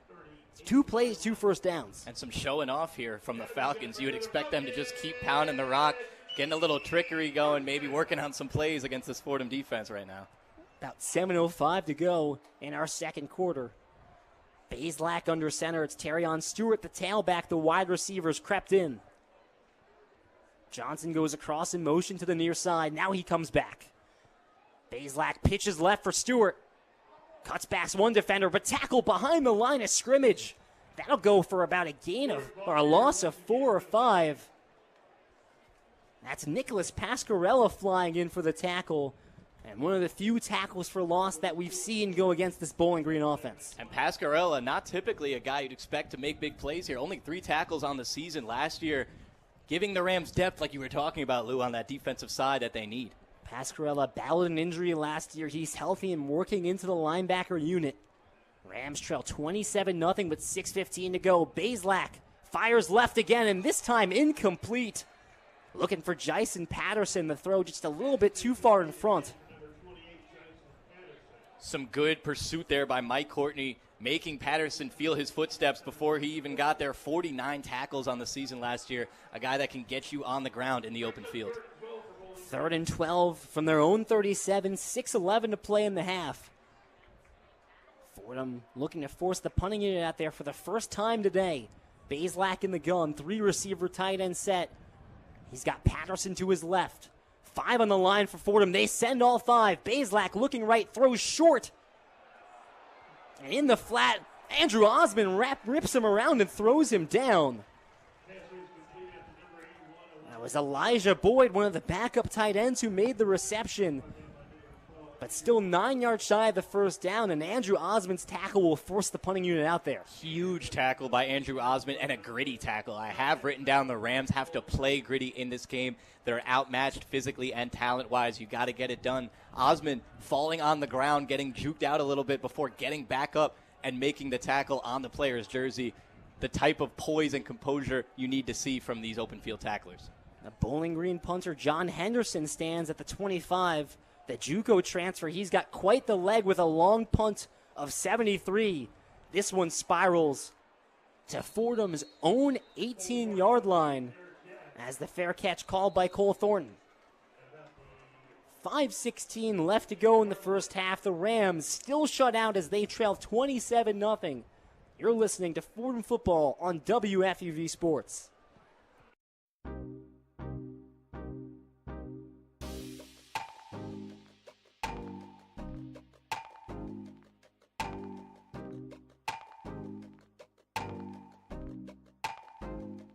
Hi, this is Michael Kay, WFUV class of 1982. WFUV is your home for all things Fordham athletics, with live coverage of Fordham football, Fordham men's and women's basketball, in addition to our Saturday show, One on One. Stay right here on 90.7 FM for all things WFUV Sports.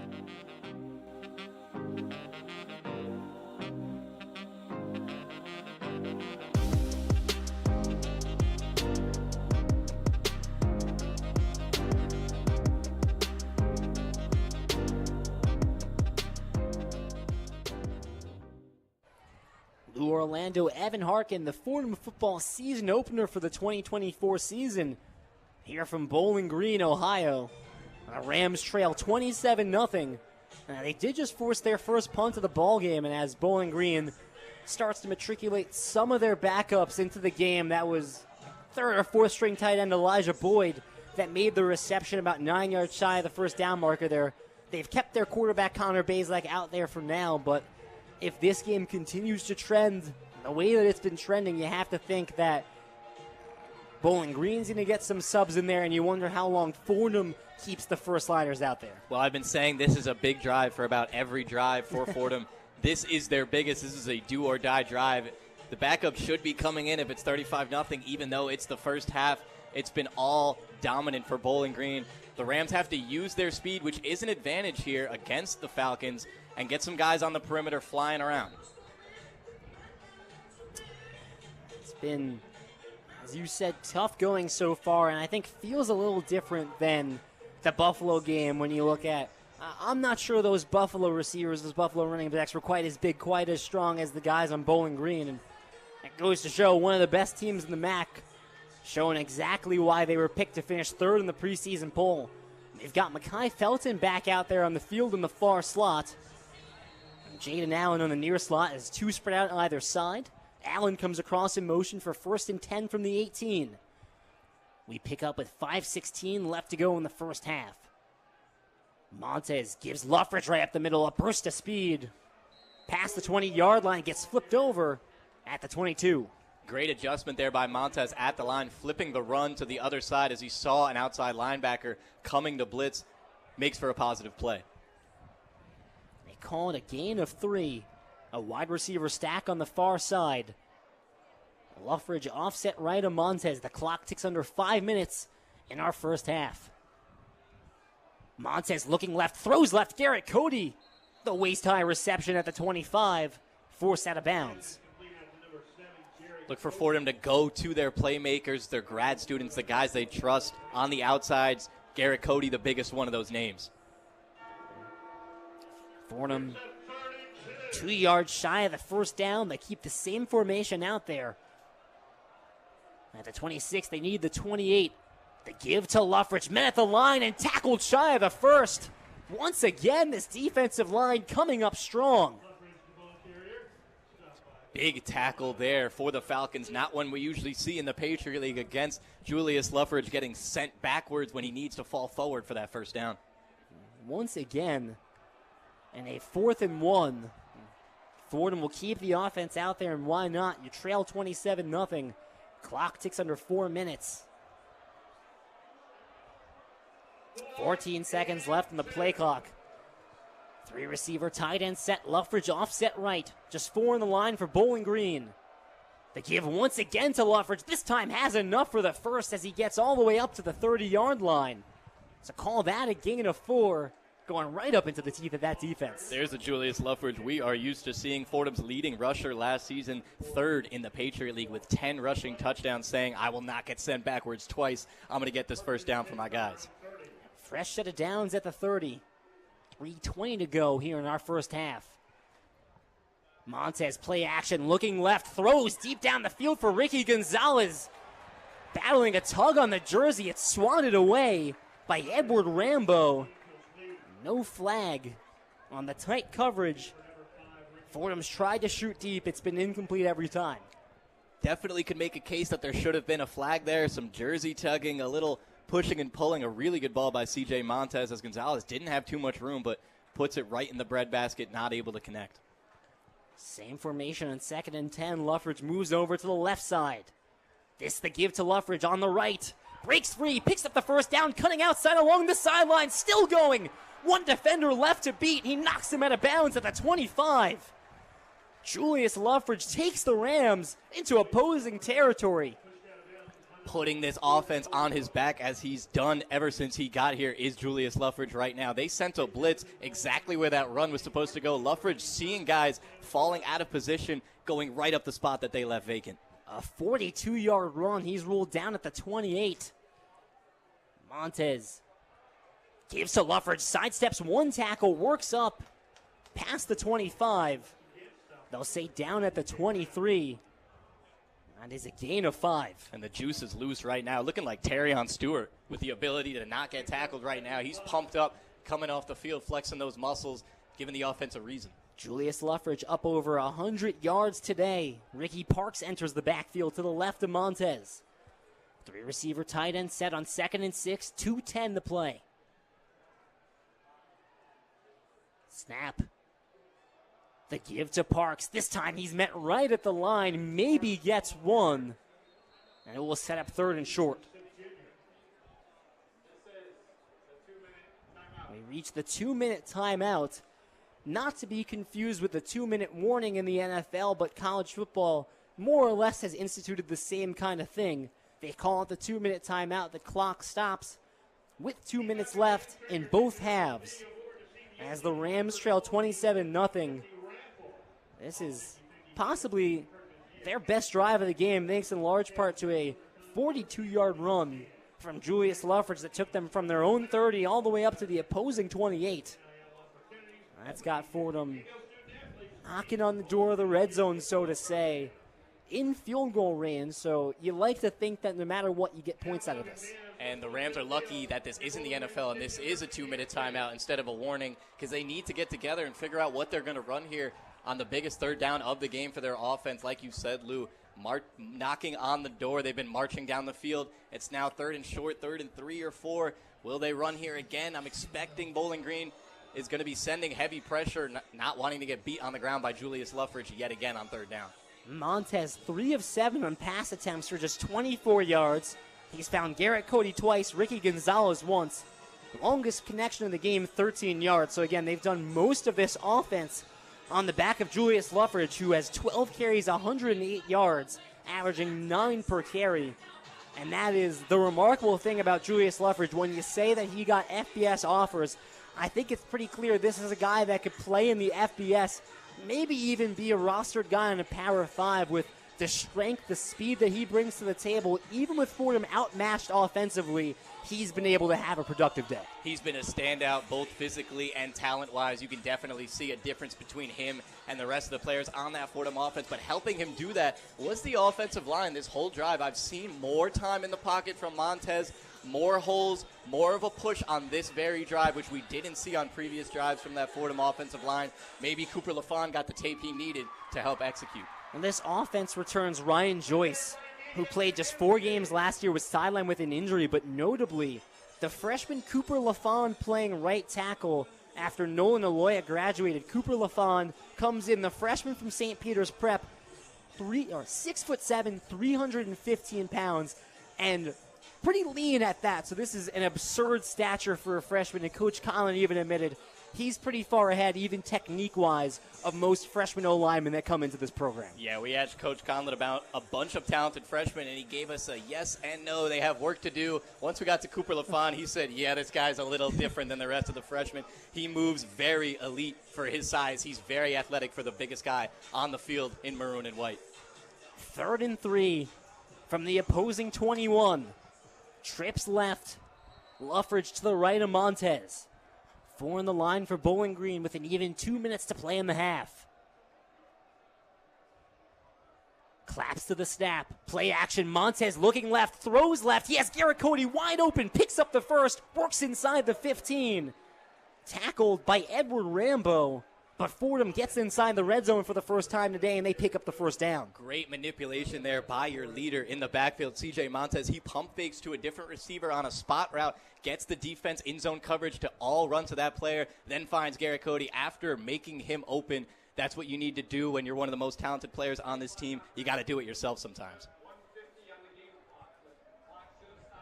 There was a little bit of a clock issue in college football. When you pick up the first down inside 2 minutes, the clock stops, so they'll reset the clock to 1:50. Fordham gets 7 seconds put back on it. Now the clock ticks and resumes. 1st and 10 from the opposing 12. 3 receiver tight end set. Now a flag flies. We await the call from our officials.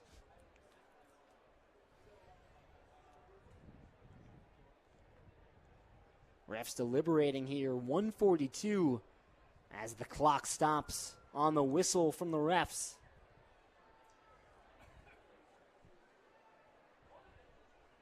Seems to be some confusion at the moment. Fordham trying to put together their first scoring drive of the game. They trail 27-0 inside the red zone for the first time today at the 12-yard line.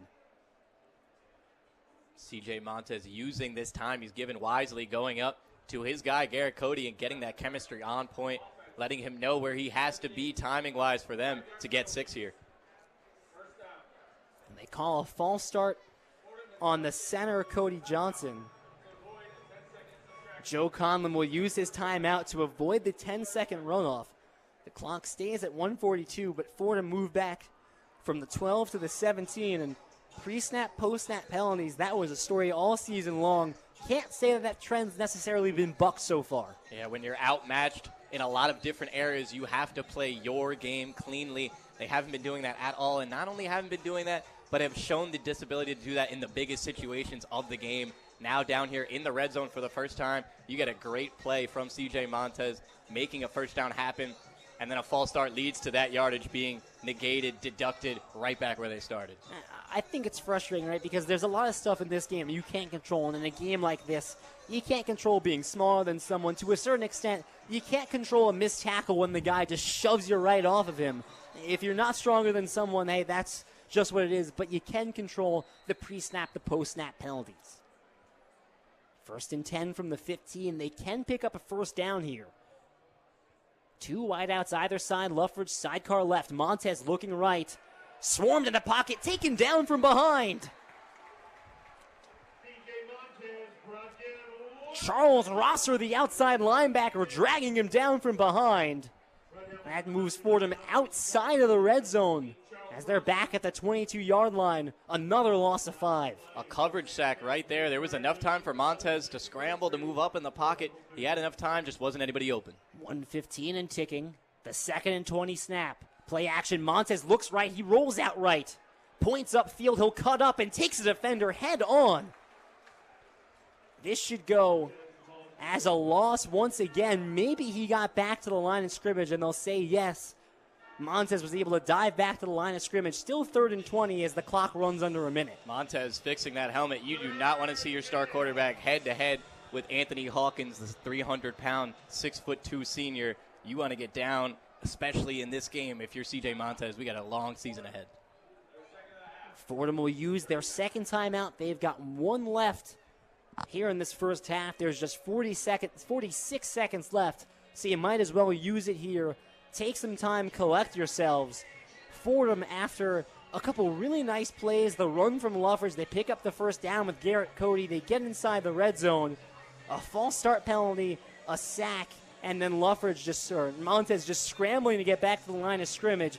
It's been really tough for him to put together multiple positive plays. They haven't been able to march down the field. A big problem with that has been the pre- and post-snap penalties. Whenever they do really well, get a first down, get a bunch of first downs, have 100 rushing yards from your running back, then they take another step back. They have to stop taking 2 steps forward, 1 step back, and just keep pushing along. Trips left for Fordham. Cole Thornton, the lone receiver on the far side. It's 3rd and 20. From their opposing 22, Montez looks left, throws off the back foot for Luffridge. Open space across middle, cuts out right, hurdles the defender, gets inside the 10. He's still short of the first down marker. The clock runs, 35 seconds and ticking, and you wonder if Fordham keeps the offense out here 6 yards away from a first down. You would think they would. It's a long game ahead. They're down 27 points right now. You want to go get 6 or 7 here. Taking a lot of time. The clock ticking under 20 seconds. Continues to tick. Montez peers in towards the sideline. It's 4th and 6, and Fordham offense still not set. 10 seconds and ticking now, and they might be content to let the clock run down. 5, 4, 3. Montez walks towards the sideline. The clock stops at 3 seconds. So it appears as if they're probably just going to go for the field goal here and ensure that there's no time left for Bowling Green to do anything in return. You would expect a little bit more of an aggressive play in a game where you seem a little bit outmatched. It's your first time being down in the red zone. You just had a really good play from Julius Luffridge, but with the decision to go for 3 here, you definitely need to get 3 here out of Bennett Henderson. Going to be a big 3 points, the Rams' first of the game. Well, Bennett Henderson will look to attempt the first field goal of his collegiate career. The story offensively continues to be Julius Luffridge, who, on top of his 108 rushing yards, now has a reception for 14 yards, makes him the second leading reception for Fordham today, shy of Garrett Cody. Bennett Henderson will come out here. This is a 25-yard field goal. Spotted on the far hash. And now Bowling Green will ice the freshman with a timeout of their own. Bowling Green with timeouts to give will make this just a little bit more stressful for the freshman. Let's take a look at the profile on Bennett Henderson. 111 for 114 on PATs in his high school career. Went 27 to 34 with field goals. And again, as you mentioned, the 6 from 40 plus. So this is a guy that has a leg. The one thing we don't know is what's the accuracy. PATs in high school a little bit closer than at the collegiate level. And this is a 25-yard field goal, which makeable at the collegiate level, should be makeable for a guy like Bennett Henderson, but have to imagine the nerves on his first kick got to be ramping up. I was just going to say, not only all those factors, but the nerves, the orange sea over there. He's never seen a stadium like this before. Let's see if he can get it done with the pressure on him. Hazlitt crouches on the far hash. Snap the hold. Henderson clears the line. And the kick is good. Bennett Henderson, the first field goal of his collegiate career. Fordham gets on the board at the end of half. They still trail 27-3, so they've got their work cut out for them. But a pretty promising drive led mostly by Julius Luffridge gets Fordham on the board at the end of the half. I think you see what the game plan is going to be coming out of halftime. It's going to be get the ball in number 15's hands, because he seems to be the only guy that can physically outmatch these Falcons when they're on defense, jumping over tacklers. He was upset that he didn't get into the end zone after an 100-yard day already at halftime. Well, Fordham trails 27-3 in their opening half of the 2024 season, and with that, we send it back to the Rose Hill Studios in the Bronx. Chris Carrino and Chaz McAdams have your one-on-one halftime report. The one-on-one halftime report.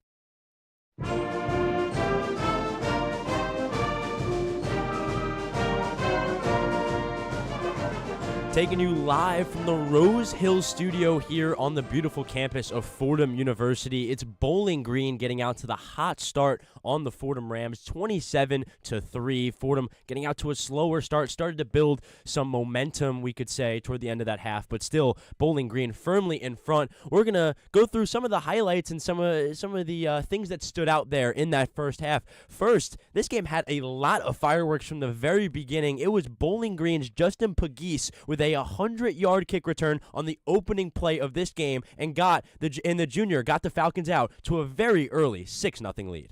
Kick reaches the back of the end zone, taken out by Pagis along the near side. Pagis breaks a tackle. He's loose past the 40. One man left to beat. He's still going all the way up the sideline. No one's going to stop him. How about this start for Bowling Green? Justin Pagis, 100 yards for the kick return touchdown. A little bit later, it was Bowling Green's offense once again. Terrian Stewart with a stiff arm, a 7-yard run, and a Bowling Green has a 2-touchdown lead. 2 receiver, 2 tight end set. Bazelak gives left for Stewart. The outside edge, stiff arms a defender, works up, and into the end zone. Touchdown, Bowling Green. The Bowling Green barrage continued. It was backup QB Lucian Anderson III running quarterback power up the middle and into the end zone. Anderson takes the snap, running left, QB power into the end zone. Broke a tackle back at the 13, and then went 13 yards for the score. The backup quarterback, Lucian Anderson, and the Falcons up 19-0 with 9 seconds left. The onslaught continued. It was starting quarterback Connor Bazelak on the keeper and in the end zone for the Falcons once again, the 4th time of the night. He'll look to run, plenty of open space. Bazelak into the end zone. Another touchdown for the Bowling Green Falcons. They're up 26-0. At this point, Fordham defense slightly started to find their own. Linebacker Nick Pascarella got a tackle for a 6-yard loss, leading to a Bowling Green punt. some momentum for the Fordham offense. It was Julius Luffridge with a 42-yard rush through the blitzing Bowling Green defense. Fordham's offense started kind of gaining momentum there toward the end of the half. Fordham not really in the best of spirits. At one point, it was all the way to a 4-touchdown lead for this Bowling Green team. Fordham with an absolute goose egg on the scoreboard. But then it doesn't seem totally different now, 27-3, but seems like the momentum is almost in a completely different place. Yeah, going into it, going into this game, it was very clear that one team is FBS and one team is FCS. I did not expect, but these teams are closer than you would think of the two leagues. Right. You know what I mean? It's kind of out there, but like it's not Georgia versus like Norfolk Aggie, the Citadel. You know, yeah, exactly. Yeah. So I see Fordham. I see a team that has the best defensive depth chart in the last 4 years since I've been at the school. I'm a senior now, because that was always the thing. You know what I mean? Even in the Demorad era, the defense could just never get it done. But the team looks the most complete. Conlon's done a great job of putting the squad together, and it just feels like the win was so. It's hard to describe what a 100-yard punt return on the opening kick of your season, how quickly that can take the wind out of your sails in an away game. But it truly, I think, at that point, it was a wash. You know what I mean? Fordham's been able to do some cool stuff. The upset versus Buffalo last year, but I just think that play is so demoralizing and almost insurmountable. Right. Like in terms of emotions, you're at Bowling Green, new year, sophomore quarterback, like trying to figure everything out, and it's just like what a terrible play to start. And second quarter, they start to pick it up, start to figure it out. Julius Luffridge, amazing player, great in the backfield for the Rams, but it doesn't seem to be enough. I think they got to rely on him heavier. I would send like 8 blockers his way, run 2 tight ends, and have both of them block for him, and just see what he can do running down the field, because C.J. Montez has completed 3 passes so far this game, and I just think if Fordham wants an offense that can at least show some signs of life in the second half at Bowling Green, they're gonna need to rely on Julius Luffridge even more. Yeah, and touching on the point you made earlier, this Fordham football program, even going back to last season, has had some FBS success. They beat Buffalo last season. Even going to over a decade ago, they beat Temple in Philadelphia. It was the first time an FCS school had beaten an FBS school in almost a decade. So in the last decade or so, 2 FBS wins for this Fordham program. They've had the recent history of doing it now in a game like this, similar to what you just said. First play of the game, it's a 100-yard kick return. Demoralizing was the word you used. Insurmountable was another word you used. But just looking at it from face value, it's what all the insecurities, all the negative maybe thoughts you have going into the game, it's almost confirming all of them in 30 seconds, 20 seconds. If that. Yeah. You know what I mean? And there's really no other way to describe it. That obviously the Rams were the dogs in this matchup. There's no doubt about that. But to go down like that so early, and then I guess it shows not a lack of mental fortitude, because it's so hard to surmount that like I don't know if there are many teams that could have that situation and make the most of it in the next play. Like, it's not only that first touchdown was so bad, it's almost going down 13-0 after that is inevitable, because you just got punched in the face and you're still kind of rattled, especially after that 3-and-out. So a very tough one for the Rams. I think the O-line, it has been something that I thought was going to be very necessary for CJ in this matchup, because your edge rushers are so much better in the MAC than they are in the Patriot League, that even though CJ is a scrambler and has pocket presence that I would describe as way more versatile than a traditional gunslinger, you still need so much more time on those outside, those right guards, those right tackles, the left guards, like everyone on the outside. And I just think that him not getting enough time, he has negative 23 rushing right now. That's obviously not ideal if you're the Rams. But people forget, like, Julius Luffridge has 100 rushing yards this game. Like, right.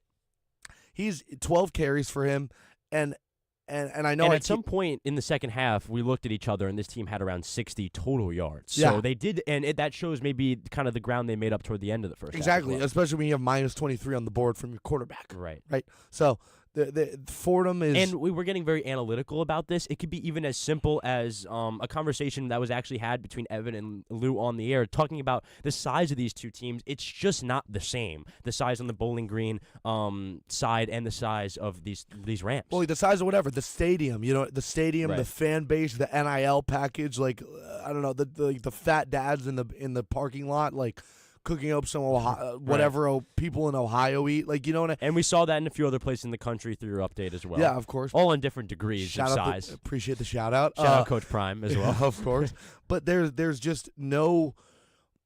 When you go in as such an underdog, like FBS, FCS, it's such a different football. It's such a unique situation. Right. Like when in any other kinds of like sport, like it's not. I was trying to think of an analogy for the halftime show, and I almost wanted to go Champions League to Prem, but it's not even that. Like teams can get promoted to FBS, but it's rare, way more rare than every season. Kennesaw State, the most recent. Yep. Exactly, but I just don't see a way that Fordham can. Fordham just needs to show life. They need to, because there's national attention, not on the game, but on that first play. So if people are tuning into the game through that via SportsCenter or Bleacher Report, then Fordham needs to, I guess, figure out a way to show it's not a joke of a program, that if you come to the Bronx, you know what I mean? It's not squirting flowers and clown noses. Like, we actually have a team that gets gritty, and we do. And sorry to be the we guy, but Fordham does. Mm-hmm. They have a ground and pound offense that is going to, I still think, can be very successful. Starting your season at Bowling Green, interesting move. Because you know what I mean? They played Nebraska 2 years ago, but that's such a different vibe. Because you go into Nebraska, it's like, let's just go see what can happen. Right. You know what I mean? But you go into Bowling Green, you still got a little twinkle in the side of your eye. There's not zero expectation. Exactly. Yeah. You still have to show up. Right. And they showed up for, it was 30 minutes of a half, and they showed up for maybe 6 minutes. Right. If that.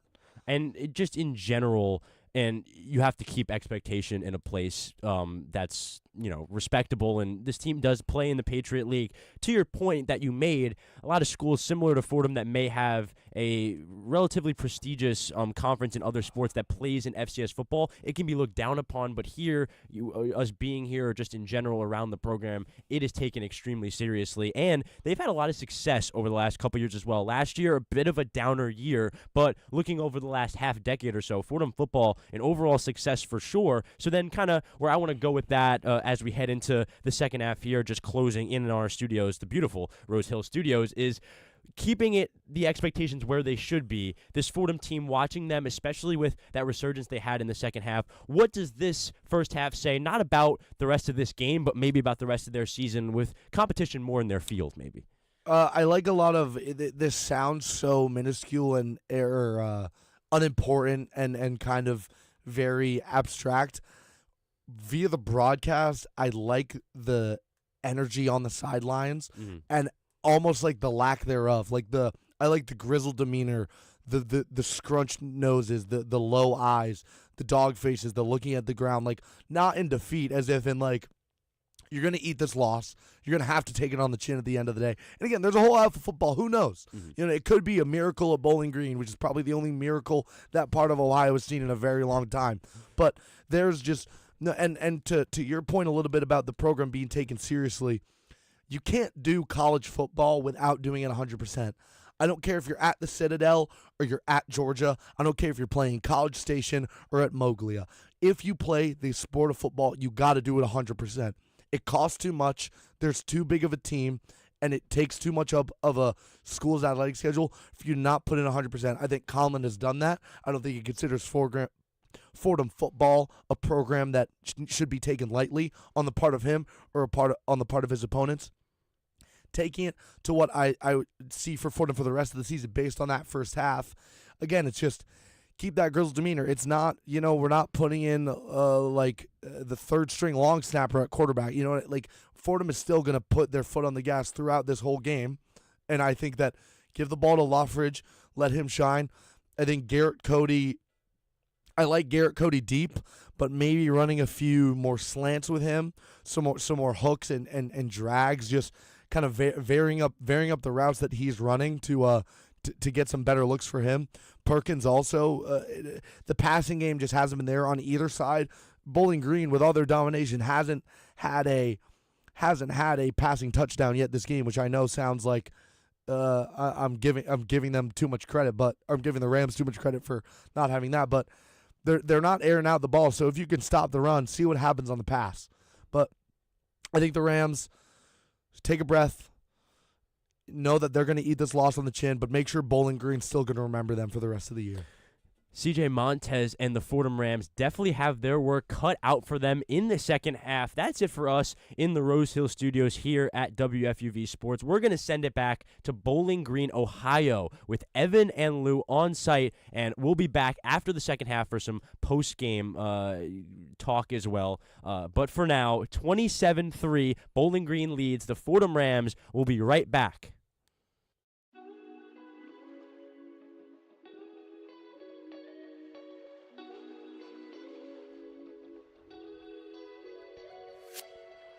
Nick Guzman here. And I'm James Burley. We're the hosts of FUV FC, WFUV's very own soccer podcast. Tune in weekly as we break down everything there is to know in the world of soccer. From the Champions League to the international game to Major League Soccer, we'll have you covered all over the pitch of the beautiful game. You won't want to miss it. With a rotating group of hosts and beat reporters, FUVFC is your source for all things soccer, football, or whatever you want to call it. If it's about the beautiful game, we're cutting it up on FUVFC. FUVFC is a production of WFUV Sports.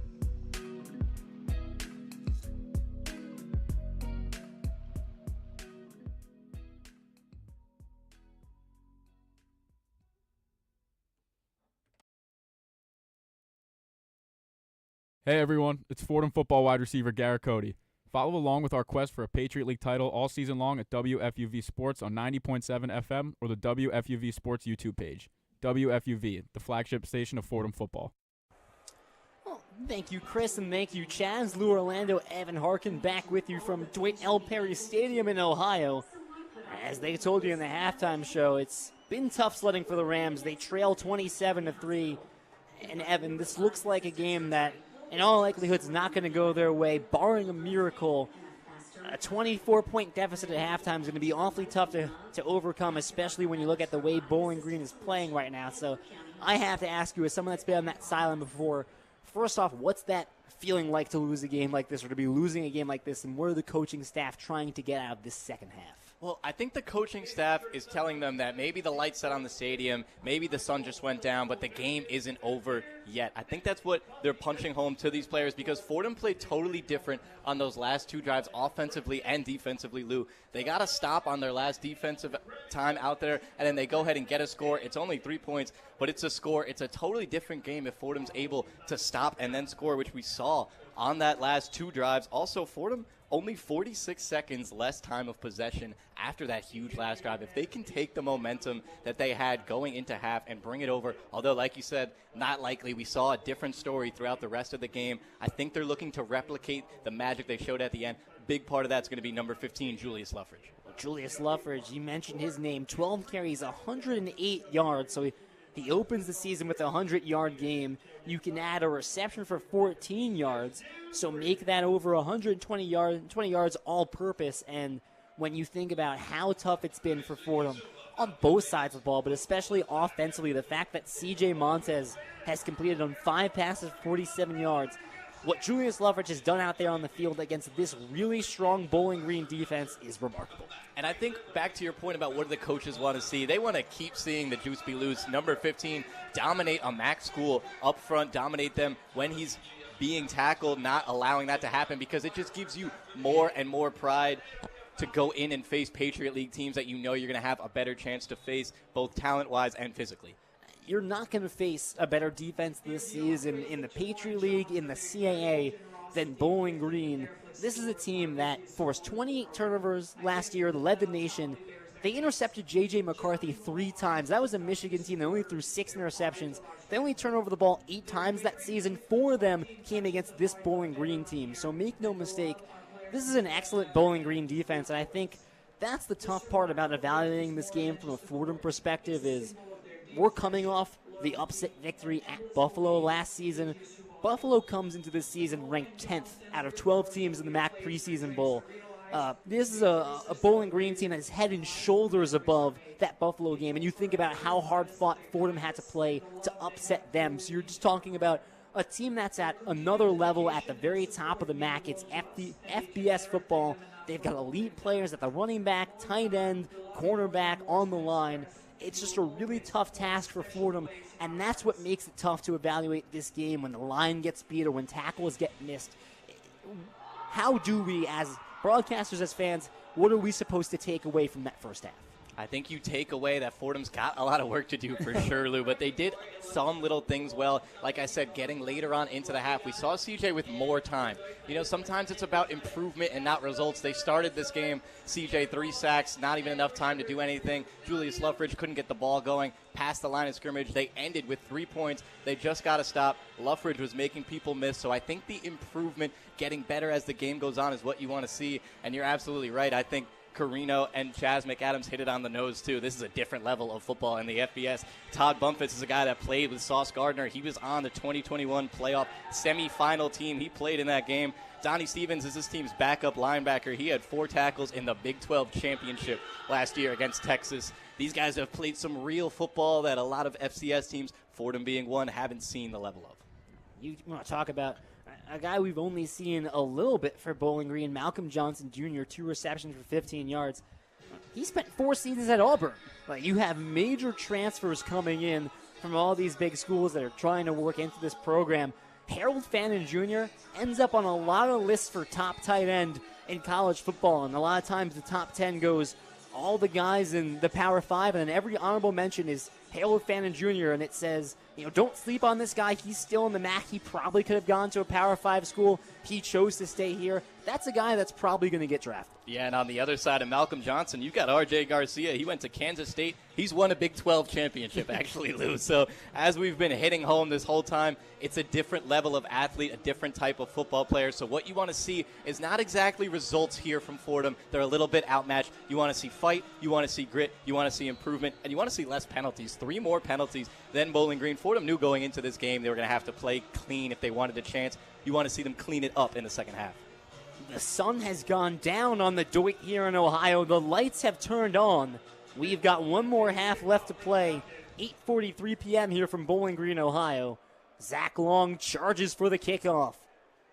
Sends it deep into the end zone. Hatfield watches it fly. Fordham will start this drive from the 25, and for the moment seems to be the starters out there. Yeah, I respect the starters out there for this drive on both sides. 27-3 doesn't seem like a game, but it definitely was a little bit of a momentum shift. The guys in the studio were letting you know that maybe just looking at the score doesn't really show what happened at the end of that half. Fordham looking to build on what they had and looking to give the ball the juice a lot. C.J. Montez 5 for 9 in the first half, 47 yards. He was sacked 4 times. They're looking for better fortunes here in the second half. 2 receivers up top, 1 down low, Luffridge to the left. Snap, give right to Luffridge, tackle behind the line of scrimmage, stays up and tries to fall forward and ends up picking up a gain of 1, and he was met quickly there behind the line of scrimmage. Quickly, Anthony Hawkins getting involved down there as he has been all game, really been a fridge in the middle, not allowing anything north and south. A gain of 1, 2nd and 9. The first 25 seconds of this half. Wide receiver stacks either side. Montez looking middle, throws left and just throws it right into the ground at the feet of Julius Luffridge. Facing some quick pressure off the line despite the 3-man blitz. Yeah, 2 plays that really only end up in 1 yard. Not how you wanted to start this drive. They're going to need a chunk here on 3rd down, maybe set them up for a 4th and 1, 4th and 2. You don't want to punt in the situation. Right. They struggle to move the ball via the air. They need 9 yards here for the first.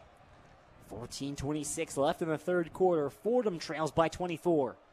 Montez looks middle, facing pressure, shovels forward for Luffridge, cuts right, working past the 35, plenty of space. 1 defender left to beat. It trips him up as he falls forward past the 30-yard line.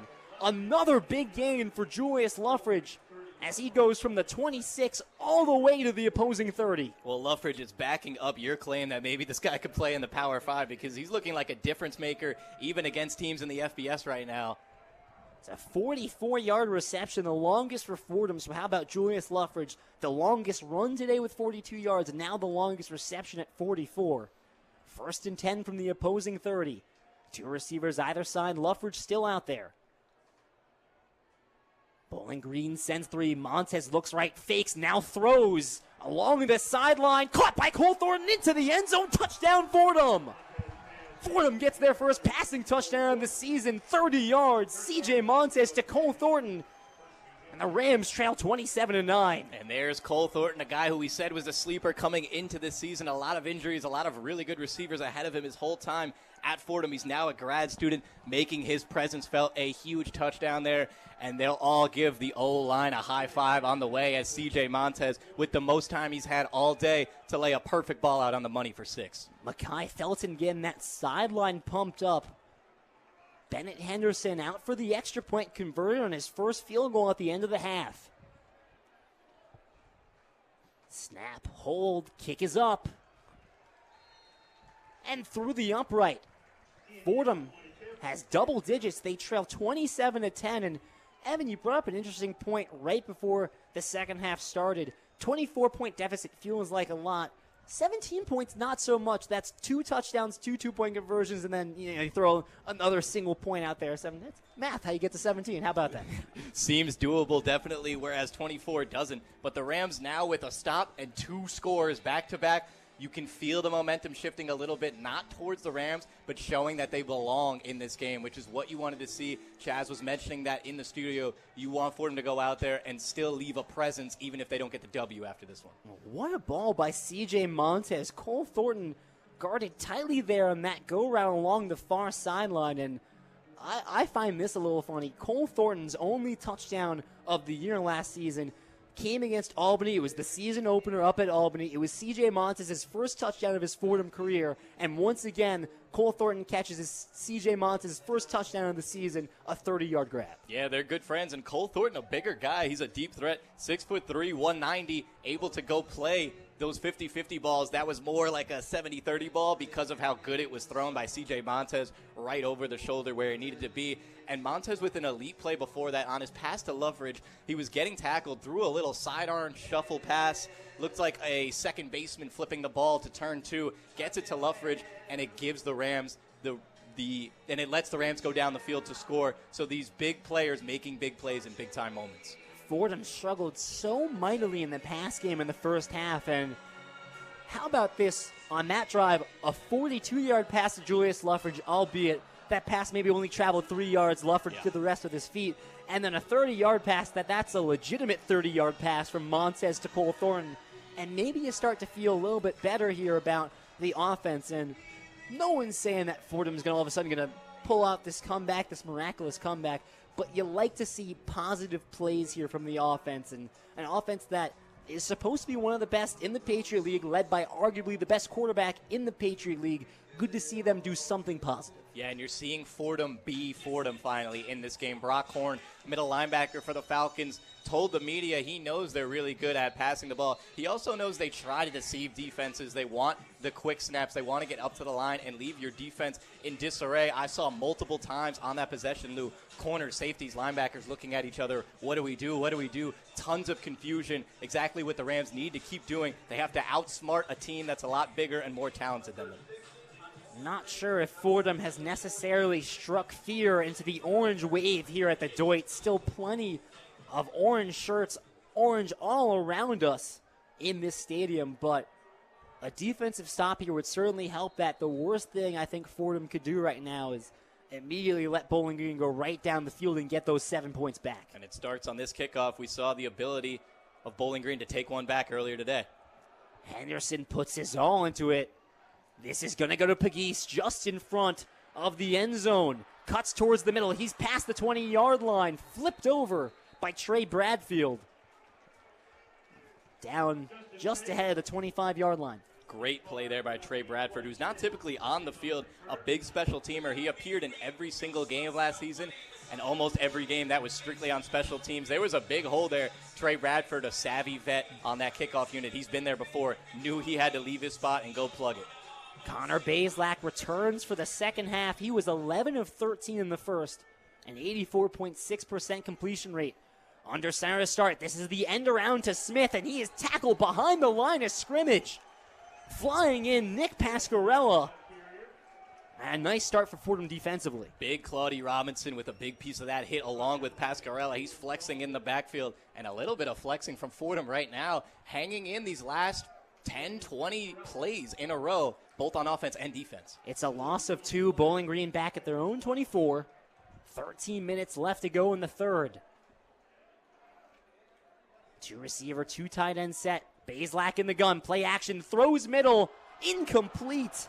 Wide open was Jalen Tillman. He juggled it and unable to pull it in with his left hand. It's a catch he probably should have had.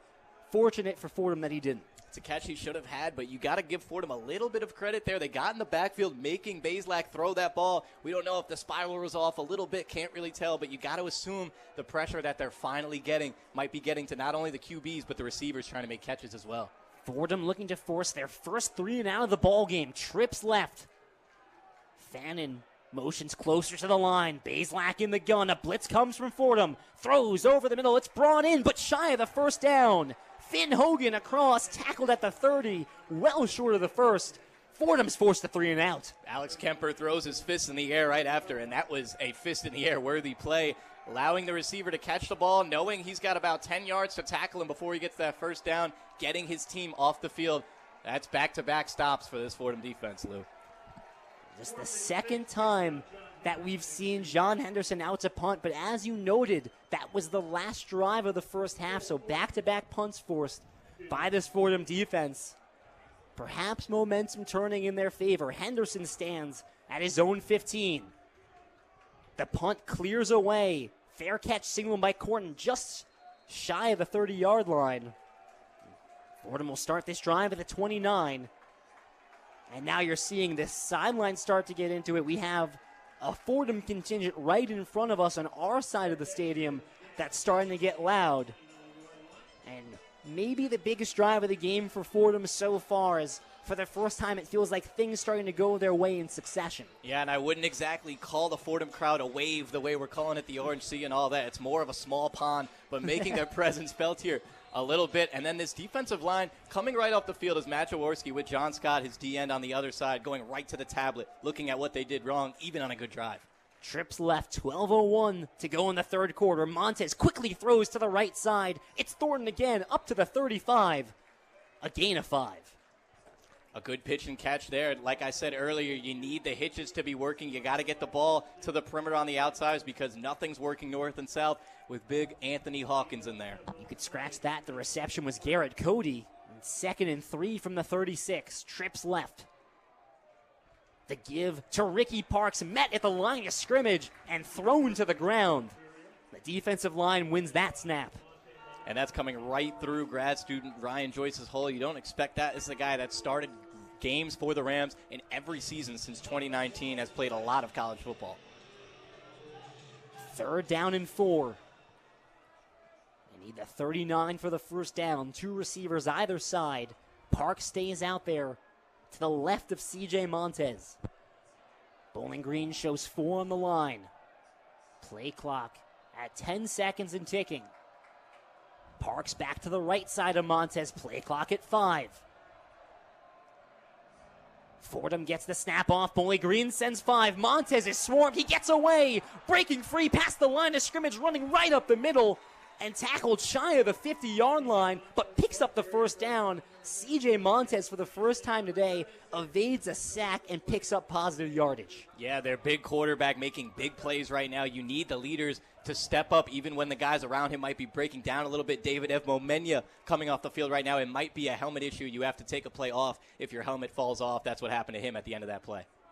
1st and 10 from their own 47 after the positive run from CJ Montez. 10:35 left to go in the third quarter. Fordham trying to surge back into this game. 2 receivers either side. High snap. The give to Parks. Cuts off right tackle. Breaks 1 tackle. And up to the 46-yard line in opposing territory. That'll be a gain of 5. And Joe Conlon told us Ricky Parks was going to be a massive impact this season because he's a complete back, a good pass catcher, and a good run blocker, along with being a good rusher. Fordham quickly back to the line. Same formation on 2nd and 4. 10 minutes left to go in the third. The read option given right up the middle to Ricky Parks. He's moving the pile forward, and he picks up the first down with a strong surge. CJ Montez coming to the sideline, giving them a play right now. Maybe he sees something in the defense, throwing up hand signals. You'd like to see that from your veteran quarterback, seeing things on his own. Ricky Parks, with a little bit of a gait in his step, will head off to the sideline, and that's because one of his shoes came off. So Luffridge enters, and that's not a bad substitute. Julius Luffridge over 100 yards today as we get a good look at the 1-2 punch in the backfield. 1st and 10 from the opposing 42, 9:20 to go in the third. 2 receivers split out either side. Bowling Green sends 3. This the give to Luffridge, takes a hop right into the line of scrimmage. Now he'll try and work forward and gets up to the 39-yard line. That's a gain of 4. Some physicality there by Luffridge. Took about 5 seconds to hit the ground. There was a scrum in there. That's what you want to see against a team that's categorized as more physical than you. You want to fight back. 2nd down and 7. The Rams trail by 17 as they're now in Bowling Green territory after a couple positive plays. 3 receiver tight end set. It's Reed and Gonzalez, the sophomores, on the near side. Luffridge to the left hip of Montez. Bowling Green sends 4. Montez steps up, and he'll look to run right up the middle, slides forward at the 35 as he gives himself up. It's shy of the first down marker, but a short 3rd down sit. And the offensive line, yet again, giving Montez a hole and enough time to work through it. A really good drive after a good drive from them. The offensive line putting them together now, helping this offense out. It's spotted as 3rd and 4 from the 36. They need the 32 for the first. Same personnel out there. Buron goes out to the slot. We've got 2 wide either side. 4 on the line for Bowling Green. 2 linebackers in the box. Play action, or the give to Luffridge instead, and he is met behind the line of scrimmage and driven back by a host of Bowling Green Falcons.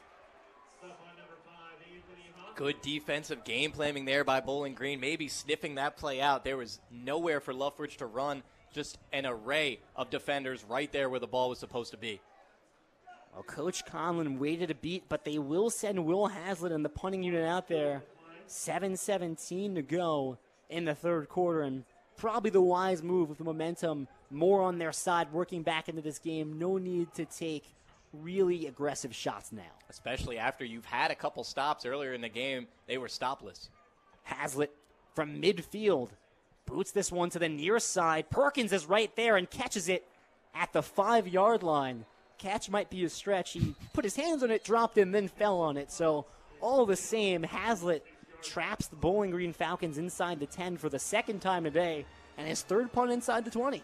Yeah, it's been very low-key how well Haslett's been playing, as it is for many punters, but he's a big reason why they're still in this game a little bit right now, because he's been able to flip fields when they need him to do it, been able to trap them within the 5, not giving them the ball at the 25 with a lot of room to work.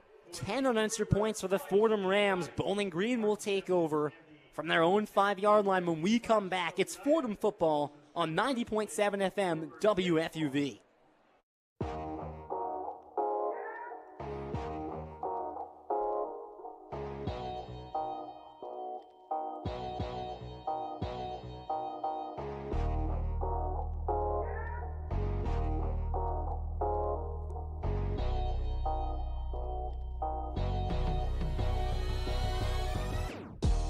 Hey guys, Grace McCarran here with Jack Warner. And we're 2 of your hosts for Nosebleeds, WFUV's one and only baseball podcast. We'll keep you in the loop on all tri-state news with the Yankees and Mets, as well as the biggest headlines from around the MLB. Catch weekly episodes of Nosebleeds on Spotify, Apple Music, or wherever you get your podcasts. Take a trip around the bases with Nosebleeds on WFUV Sports.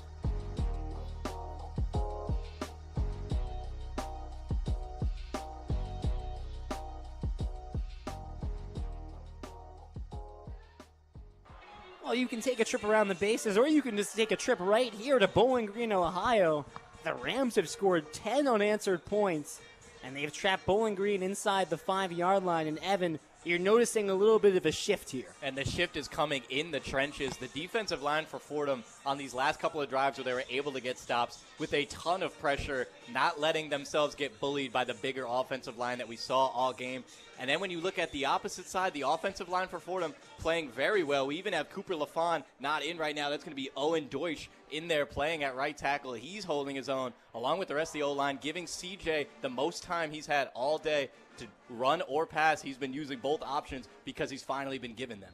And dare I make a comparison to last year against the MAC opponent Buffalo? I know we said it's two different stratospheres. When Fordham turned the game around, they got pressure from their line, namely Matt Jaworski, who had 2 strip sacks. And those strip sacks are takeaways. That's something we need to look for on this drive. If they can get a turnover or a takeaway in one of the next couple of drives, it can start to look like that Buffalo game when the grit really steps into play and talent doesn't matter that much at that point. We've got 6:55 left in the third quarter. Bowling Green starts inside their own 5. Bazelak in the gun. Gives left for Stewart. Plenty of space. Cuts up. And tackled from behind well after he picks up the first down. As the momentum takes him over the 25-yard line, so one play takes Bowling Green out of that little trap area. Yeah, not a trap anymore. That's been the theme all game. Doesn't matter where Will Hazlitt sets them up. They'll get right out of it. So a fresh set of downs and more space to work with as Jason Patterson enters the backfield. 3-receiver tight end set. Bazelak gives to Patterson, running left, and this time met off the edge. Looks like Jaworski met him right there. The work Matt Jaworski was putting in on that tablet seems to be coming to life, coming to a reality right here as he slips through a gap. Not the gap he was supposed to be in, but slips in it, finds a way to break up that run, making himself a free player, which we've seen from Niall Perkins and Garrett Cody. They're expecting to do with their older guys this season, give them more freedom. 2nd and 9, 5:50 and taking on our third quarter. 3-receiver tight end set in a bunch. Fordham sends 5. The quick throw from Bazelak connects with Malcolm Johnson Jr. Breaks one tackle as he streaks up the sideline, shy of the 50-yard line.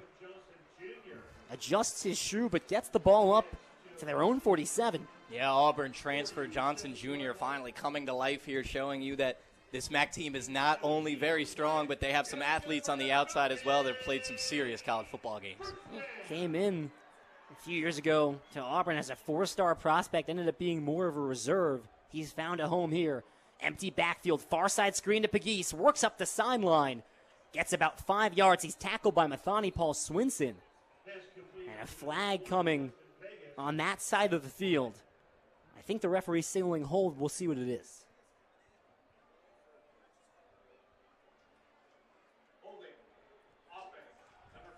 We got holding on number 52. That's the left tackle, Nick Reimer. Transfer from Merrimack. He spent 4 years there as a first-team All-NEC guy. And that holding negates what was a really nice reception on the screen by Pegues. Notably the only guy in Reimer on this entire offensive line that didn't start every single game at their position last season. First down and 20 after the penalty. Play action. Bazelak rolls right, and he'll just keep it himself along the right hash. Plenty of space. Tackled just shy of the first down by Niall Perkins, and it will be a yard short of the first down. A 19-yard run by Connor Bazelak that picks up the penalty yardage and then some. Well, that's back-to-back shoestring tackles from Niall Perkins, who's a very fast player who's making very big plays out here. Niall Perkins now lying on his back in some pain. And this is the one thing that you really worry about. I know that Fordham's starting to storm back into this game, but you'd hate to see injuries in the first game. Perkins is helped to his feet, and he'll jog his way back to the sideline, so it appears as if a crisis has been averted. But Hero Sports called Niall Perkins the best cornerback in the Patriot League, and for a very good reason. 3 interceptions led Fordham, 17 passes defended, led the entire Patriot League. And Perk's going to be all good. He got the wind knocked out of him right there. You can see him grabbing his stomach, taking the helmet off. I was wondering how he got injured because it was a shoestring tackle from behind. I guess that cleat of Bazelak get up into the stomach while he's taking him down. He'll be in within the next few plays. But you're absolutely right, Lou. That's a guy they need on the field. Twice now he stopped a touchdown from happening. It's different when you have to keep marching down the field, leaves rooms for turnovers, leaves room for broken plays rather than having these big touchdown plays. A guy who's 2024 preseason All-American. His 16 pass breakups are 5th in Fordham history.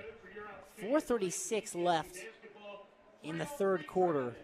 Fordham trails by 17, and unfortunately in this drive, they haven't been able to take advantage of first pinning them inside the 5, and then a penalty that set them back at 1st and 20. Bazelak immediately makes up all that ground with a play-action design rollout and just had plenty of space along that hash. Yeah, really good plays being run here by the Falcons. They're executing them well. But one thing that's been a positive still for Fordham is the ability to finally tackle in the open field. They're not playing too well, not getting to the spot early enough. We've seen the chains been moving. But like I said, they're not touchdowns, which is what we saw earlier in the game. Both of those plays that broke off for big yards that ended up being Niall Perkins shoestring tackles probably were touchdowns in that first quarter. I think a continuation, though, from the trend you started to notice is Fordham getting more pressure on Bazelak, and now he's been able, similar to what Montez has done the last couple drives, to improvise and find the spots, break through, and pick up yardage. But this is a defensive line that, even without Jack Lowe, who's injured to start the season, has a ton of talent and a ton of depth. We talk about Matt Jaworski, the preseason Patriot League Defensive Player of the Year. Don't forget about Sam Burkle, who Hero Sports called the best interior D lineman in the Patriot League. Claudia Robinson was a preseason all-conference guy. You even go back into some of their depth pieces. John Scott working into a starting role. Michael Thorne, Colby Spencer, Peter Shalhoub, we've all seen make plays today. For the first time in a while, I think the last couple of years, you've seen this D-line be really stacked in who they can throw out there. And that's because this D-line's finally started building a culture. It started with the guy you brought up before, Alfonso Dixon. One of the only really good D-linemen that came before Conlon was here. Joe Conlon bought all the guys you just named who are pretty much now juniors and seniors, and they played as raw 18-year-old freshmen. They weren't too good as 18-year-old freshmen, and now they've gotten that experience. They've gotten a lot better. You're seeing a product of letting them play when they're young, and now you're reaping the benefits of them being good when they're older. All four of the guys that we mentioned will be on the line for the 2nd and 1 play. 4:36 left to go in the third. 2 receiver, 2 tight end set for Bazelak in the gun. Takes the snap, gives to Stewart a burst of speed up to the 40-yard line. Now he's met around the 38, and Fordham will push him back. Forward progress has him up to the 37. Yeah, starting to get good pushes again from this offensive line. This team of 300-pounders up front, which is led by right tackle Alex Walschlager, 6'7", 315, 2024 Outland Trophy watch list. It's taking this offense to a new level and moving them down the field on this drive. And they've run to that side a lot. 2 tight ends, 2 receivers on the near side, play action. Bazelak looking deep down the field, forced back by Burkle, and Jaworski throws it out of bounds. Had a receiver along that near sideline. And that was Terrion Stewart out of the backfield, but unable to convert. And again, Jaworski and Burkle in his face. And they saved a touchdown right there. Malcolm Johnson Jr. had a busted coverage. He was wide open in the end zone. Alex Kemper has to run about 40 yards to pick him up. It would have been a touchdown and a half, but great pressure there by the D-line. Perkins still on the sideline. It's Kemper and the sophomore Justin Johnson. This the pitch to Rakeem Smith running left. A great open field tackle by Andrew Osmond will prevent him from getting back to the line of scrimmage. That had big play written all over it. Osmond comes out of nowhere, cuts through the defense, and makes the play. Yeah, a lot of linebackers out there not doing their job on that play, getting sent to the ground on their blocks, but Osmond coming in, filling the hole as being the unblocked man, which is what you have to do when you are that guy, coming up and making a huge hit. The play defensively will be negated. It's offensive face mask on that one. A weird play, though. You don't usually see one of those, Lou. An offensive face mask, and I stand corrected. This will help out Fordham here. Usually you hear a face mask and you immediately go, oh, man, what did this defense do? Nope, this is a face mask going against the offense. And this is going to move them back 15 yards. And they're back on their own side of the field now. I mentioned a lot of linebackers getting pushed to the ground there. One of those was Mike Courtner, who got face mask. So 2nd down and 25 from their own 48. It's trips to the near side. Bazelak looking right, now looks middle, has time, throws over the middle, and incomplete. Wanted Finn Hogan about a couple yards shy of the original line of scrimmage, but a throw a little low and Hogan unable to come up with it. And there's Nick Pascarella yet again around the ball, not making a big play there, but letting his presence be felt, being a factor in that incompletion. Like I said, a guy who appeared in every game in 2023, but only 4 tackles, stepping it up this season. 3rd and 25. What do you want to see from this Fordham defense right now? You want to see pressure, pressure, pressure. Matt Jaworski's got to lead the charge, and they have to be in the backfield. You can't give them time to work. We've seen what happens when they do. Jaworski lined up with Walschlager. 3rd down and 25. Bazelak forced out to roll left. A man in his face. He throws it out of bounds. So the pressure initially by Jaworski, who drove Walschlager back, ended up being Colby Spencer that gets in Bazelak's face. Has no choice but to throw it away. And another really strong defensive set by Fordham. That's now 3 straight punts, Evan. And there is Jaws, Matt Jaworski. He's shaking his head, flexing his muscles coming off the field because he knows what he just did. Just ended that drive against Alex Walschlager, one of the best offensive linemen in college football, not the FCS, FBS, in college football, period. Pushed him backwards 10 yards like a bull in a china shop, causing havoc in that backfield. Niall Perkins is back out for this special team snap. Justin Johnson runs out late. Henderson's going to keep it himself wide open. Up past the 40, the 30. He'll pick up the 1st down. Knocked out of bounds by Niall Perkins. What a run by the punter, John Henderson. Goes 30 yards and picks up the 1st down, and that will get the orange wave pumped up. The orange wave is definitely pumped after that. If you're the Rams, you have to be set on a punt. I mean, you have a player running on the field as the punt's being run. I'm sure someone in these boxes next to us for the Bowling Green sideline saw they had 10 players on the field, optioned that to a run play, and it ends out working for them. Like we said, you got to play clean when you're undermatched if you're Fordham. That's a big misstep by Fordham, who only had 10 to start out. They sent Justin Johnson out there late. It didn't matter, a wide open hole on the near side.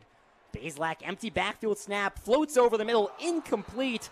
Pegues had it in his hands with no one around him and just dropped it. Yeah, I guess the light's turning on, maybe getting in these Falcons' eyes. That's the 2nd time we've seen a good throw over the middle, although there was pressure, so credit to the D-line. But these receivers for Bowling Green got to help out their quarterback, Balziak, a little bit and head upfield after catching these balls. And this Fordham defense has to buckle down a little bit here after that demoralizing fake punt that picked up the 1st down on 4th and 25. 2nd and 10 from the opposing 23. 2:39 left to go in the 3rd. The give left to Stewart, cuts up the middle, past the 20-yard line. Still on his feet, finally brought down within the scrum of Fordham at the 19. Here comes Niall Perkins again. Looked a little shaken up after hitting the punter after that play, touching his mouth guard, taking off the helmet, maybe something with his mouth. He's been taking a beating out here all game, as have a lot of these Rams on defense, still pushing. Barletta will join the defense late. It's a 3rd down and 5. Now in the red zone at the 18. Pegues comes across in motion. Instead, it's a shovel forward for Harold Fannin Jr. Gets inside the 10. Driving past multiple defenders, it takes 3 to bring him down at the 7-yard line. And that's been all game. Harold Fannin Jr. looks like a man amongst boys when he has the ball in his hands. It is not going to take one guy, maybe not even 2. You need 3 to bring him down if you're Fordham. And if you're Fordham, no James Conway on the field right now. That ball going right through the middle linebacker slot, wondering where he is in a big situation like this. Bazelak under center, 1st and goal from the 7, 1:30 and ticking on the 3rd quarter. The give to Terrian Stewart right up the middle, cuts right and jukes into the end zone. Touchdown, Bowling Green. 7-yard touchdown run by Terrian Stewart, his 2nd of the game. And the Falcons up 33-10 here late in the 3rd quarter. Flags will fly, as that's going to be an excessive celebration on the Falcons. Shouldn't be that big of a deal. A little bit of a shooting celebration right there as they set off the cannons with it. But for the Fordham Rams, very odd not seeing James Conway in the red zone there. A big player on this defense, the biggest player, probably preseason All-American, in the past, preseason All-Patriot League this past season. Not on the field right now, but Bowling Green continuing the trend we saw in that first half of marching down the field and then punching it in for 6. Well, Fordham elects to have the penalty enforced on the kickoff. That will make things harder for Zach Long in just a second. But for now, it's Jackson Cleather out for the extra point, looking to make this a 24-point ball game. Snap, the hold, kick clears the line. And right through the uprights, Cleather now 4 of 5 on the day. And Bowling Green up 34-10 with 1:21 to play. And Evan, hard to think of a bigger swing momentum-wise and just game-wise than 4th and 25. Almost a certainty that you're getting the ball back. A late substitution allows them to pick up the first down on a punter run that goes for 30 yards. And then the drive falls apart and you allow a touchdown. We were mentioning how good Fordham is on special teams. They're making us eat our words right now, Lou, showing that maybe that's the reason they might be down in this game so much right now. You have to have 11 men on the field. If you're an FCS team going against an FBS team, you want the other thing to happen. You want to be the guys working fake punts. You need that magic. You can't have it going against you. Joe Conlon preached that not only were they going to have to meet Bowling Green in terms of playing strong defense, playing strong offense, they were just going to have to play clean football, smart football, and hard to argue that they've really done that today when you look at some of the pre-snap, post-snap penalties, and I think you can make a case 14 of the 34 points have come due to special teams. Obviously, the kick return touchdown to start the game, but that's a 7-point swing that doesn't happen if they're all squared away in that punt. And the types of penalties, I like how you pointed that out, because the penalties for Bowling Green are excessive celebrations and unnecessary roughnesses. Those aren't the worst types of penalties. Playing aggressive, being electric in the game. You don't want to see lack of focus, which are the penalties the Rams have been having. False starts, holds, not enough guys on the field. Can't keep happening. Well, the excessive celebration forces Zach Long to kick this away from his own 20. Puts all of his might into it and gets it to Fordham's 10-yard line. Hatfield along the far side numbers. Past the 25. Won't go much further, though. As a really strong tackle by the safety Patrick Day stops Hatfield in his tracks. Huge tackle there by Patrick Day, who's a very good tackler for this team. 49 last season, appeared in every single game in 2023. Surprised that's the first time we're saying his name today, Lou. The Fordham offense charges back out there, about 1:15 left to play. And right after some couple of strong drives, we're back to the score at halftime. They're down by 24, a 34-10 game. Montez coming off the touchdown drive. Claps to the snap, play action, facing pressure, steps up, looking to run along the far side. Goes out of bounds, shy of the 30.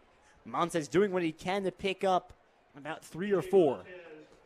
Good play there by Montez. Could have easily been a sack, slipping out of it. The offensive line yet again with another good pass blocking set right there on that first down, letting CJ run if he has to.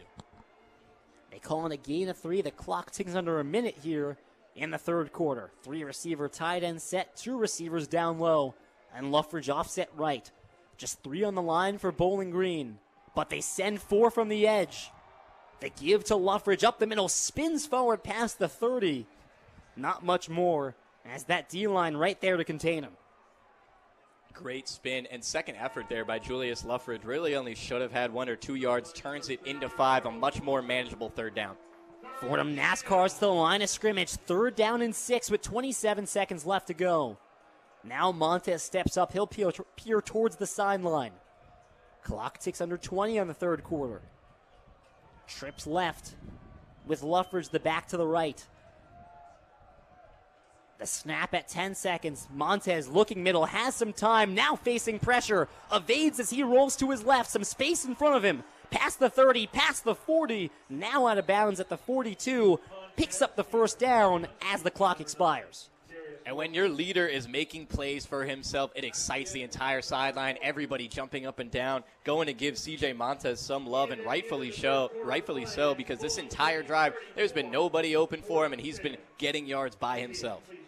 Well, the Rams, for most of this third quarter, play really strong. That punt run that picked up the first down takes some of the momentum away, but still the best quarter they've played so far. best quarter so far, and the offense is still looking very good. You know, Joe Conlon told us earlier today that CJ looks way more comfortable now in his second year. We're seeing it in the pocket, not panicking when that pressure comes around, knowing when the receivers aren't going to get open on these timing routes, and knowing when to evade and escape. He definitely looks more comfortable, which is a scary sight for a really good quarterback. Bowling Green 34, Fordham 10, 1 quarter left to play. We send it back to the Rose Hill Studios. Chaz Mcadams, the one-on-one scoreboard update. The one-on-one scoreboard. Thank you, Lou. Starting off with a third quarter update. Live, the Patriot League's own Lafayette is still trailing Buffalo home 23-6 through the third quarter. Shaky start for the Patriot League's preseason poll winner. Going to FBS, the Howard Bison lose 44-7 in New Brunswick to the Scarlet Knights. Rutgers making sure they are ready for a stacked Big Ten this year, doubling Howard's first downs 26-13.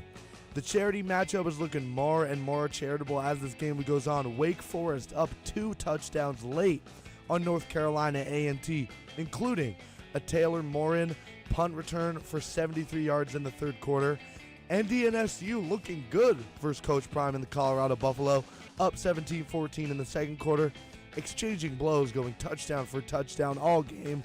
The over better in your life is very happy tonight. Off the gridiron to the diamond finally. The Mets, solid win over the Diamondbacks, 3-2, helped by a Francisco Lindor 396 home run. With the studio update, I've been Chaz Mcadams. Back to Lou and Evan at Bowling Green.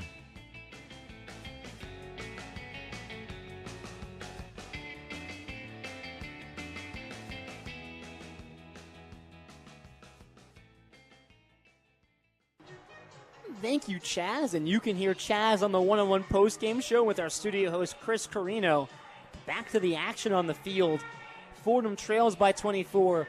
We harped on it a little bit before we went to break, but you go from getting set to receive a punt, and if you score on that drive, you potentially cut the lead to 10 to that big punt return or that big punt run, and now you're trailing by 24 once again.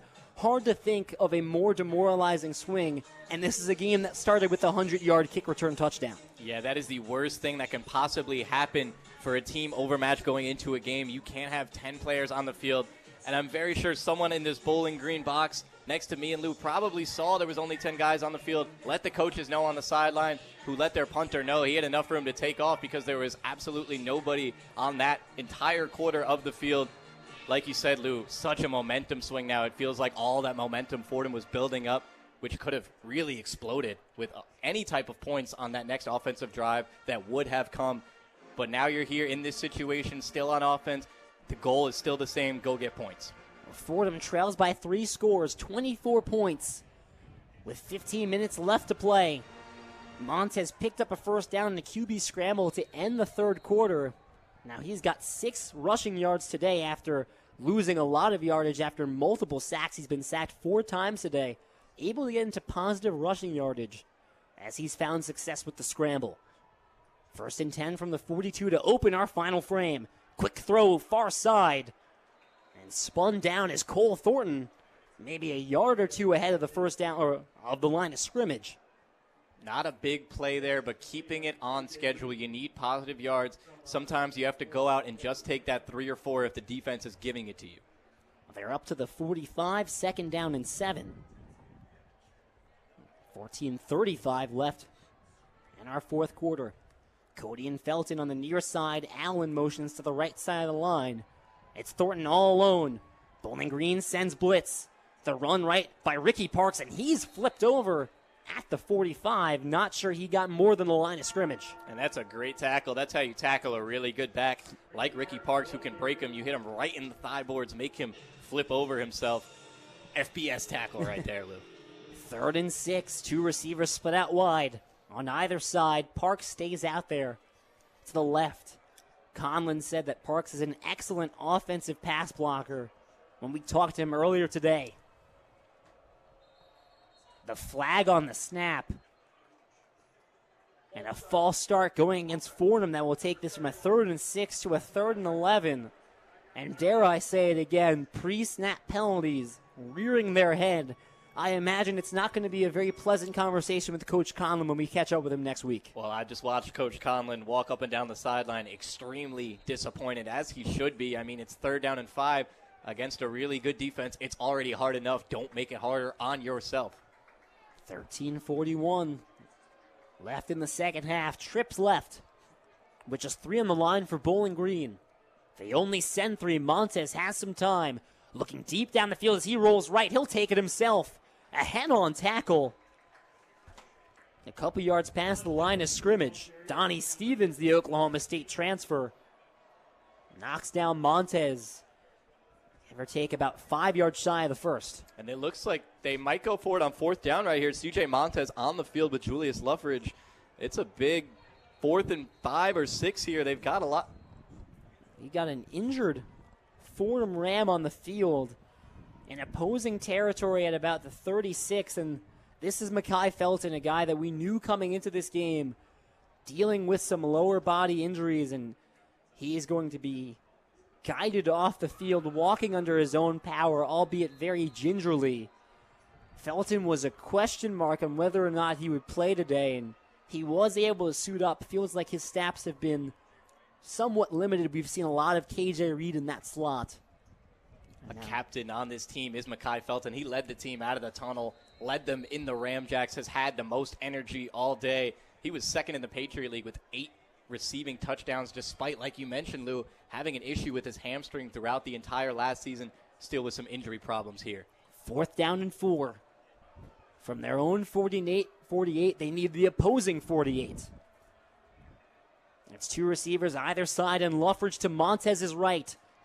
5 on the line for Bowling Green. They send all 5. Montez throws off the back foot. He's got Luffridge. Spins forward past the 50. Gets the first down at the 46. Great play there by CJ Montez, seeing pressure come right in his face, and that pressure is coming from his right. He knows without even looking that means Julius Luffridge is open on his left, because that was the guy who could have been covering it. Before taking a big hit, gets it off, dumps it to Julius, who does what Juice does and goes and picks up a first down through tackles. Luffridge comes off, Ricky Parks comes on, but we have whistles and a stoppage. And now we've got a play being reviewed for a potential targeting, and this would be not just a personal foul, a 15-yard penalty. This could be a potential ejection if it's targeting. And Julius Luffridge kind of laughing a little bit when he heard that the targeting thing happened. I saw it was a very big hit. Julius Luffridge getting spun around by another tackler, takes a big hit from someone he didn't even see during his 360. If it's up and around the helmet area, which it looks like it is, helmet's down, right into the face mask. That's an illegal play, standing over him afterwards. That's the definition of targeting right there. That might have been my Luffridge. Had a little smile on the sideline knowing that justice is finally served for that play.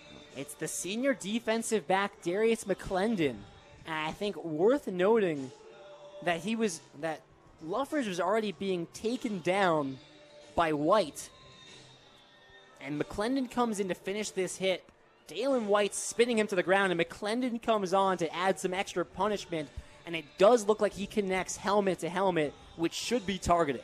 And Julius grabs his helmet right after the play. Good to see him walking around, smiling, probably fine right now because he's such a big, strong back.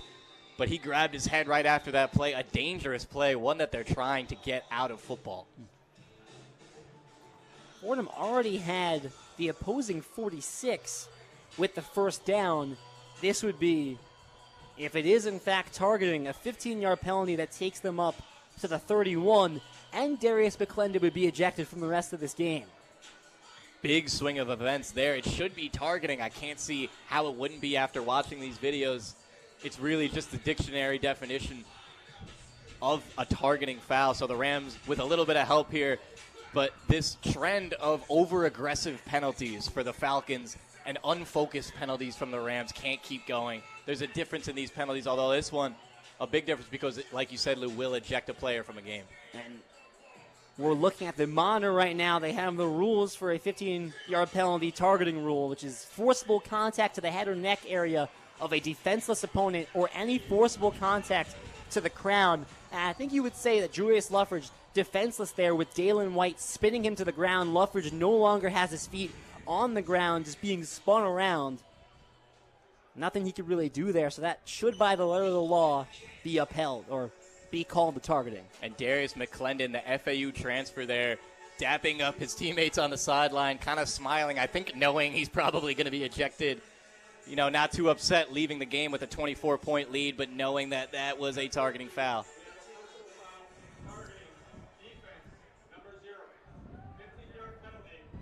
Automatic first down.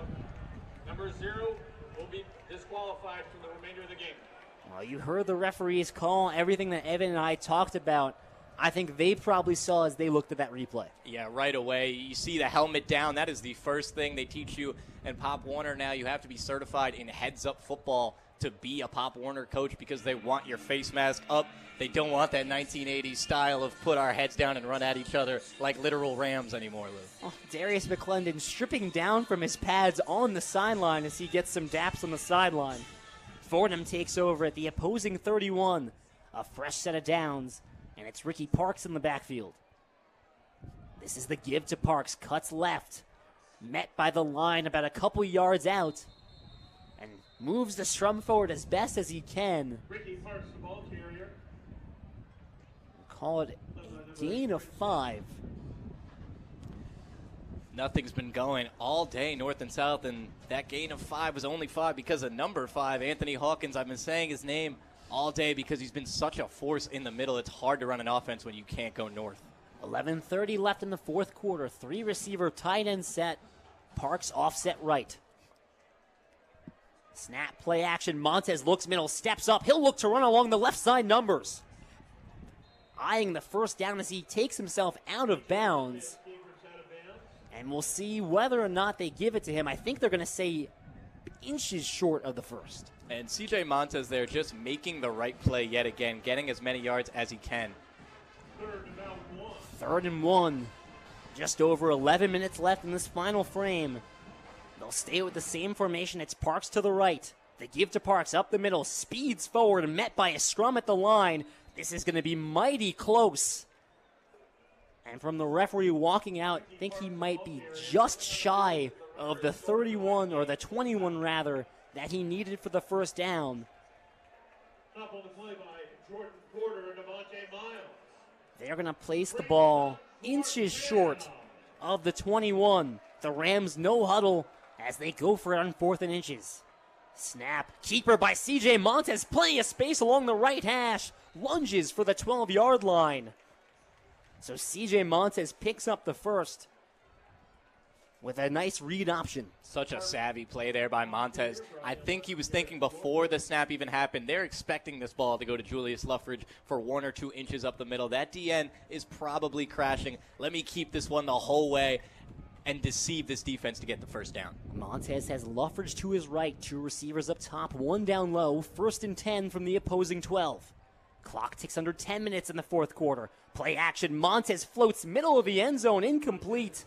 Wanted KJ Reed, unable to connect on that crossing pattern.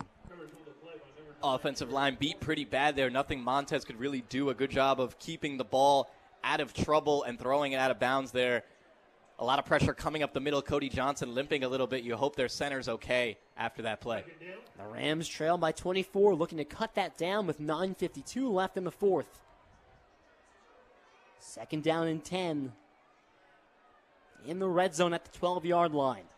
Luffridge sidecar right of Montez. Claps to the snap. Steps up, looks middle, floats right side, wide open, but through the hands of Matt Buron. And Julius Luffridge will give him a little tap on the bum right after that one. You want to have that, especially when it's in your hands. Such a good throw on the run. Maybe a little bit out ahead of him, but Matt Buron will be the first to tell you he wants that ball back. Buron on the corner route there, eyeing the back pylon, and had the step on the defender, but just goes right through the hands, and those hands way too far apart for that football. Yeah, the ball a little bit ahead, but you really want to get to that one, especially if you're a 6'5 guy like Matt Buron with the ability to reach out. 3rd and 10. They can pick up the first down at the 2-yard line, but just 12 yards away from the end zone. Luffridge steps up right behind the guard on the line, so Montez in an empty backfield, and now whistles, and a timeout called. Timeout. Bowling Green. Timeout, Bowling Green. The first time today that we've seen Luffridge creep up behind the line. We noticed that in warm-ups. It's not something they do a ton, and Bowling Green sees it and calls their first time out of the half. You have to expect that they had a good play there. Bowling Green seemingly calling that timeout, kind of nervous, kind of scared, wanting to reset the defense as they saw Luffridge step up to the line. Like you said, a play we got a little glimpse of earlier today might be one specifically meant to be run in the red zone against this defense. Well, we've got a media timeout, but I think, Evan, let's stay here. The Rams trailing by 24. It's a 34-10 game with 9:46 left in the fourth quarter, and I think hopes of a comeback probably vanquished by that 30-yard punt run, the ensuing touchdown.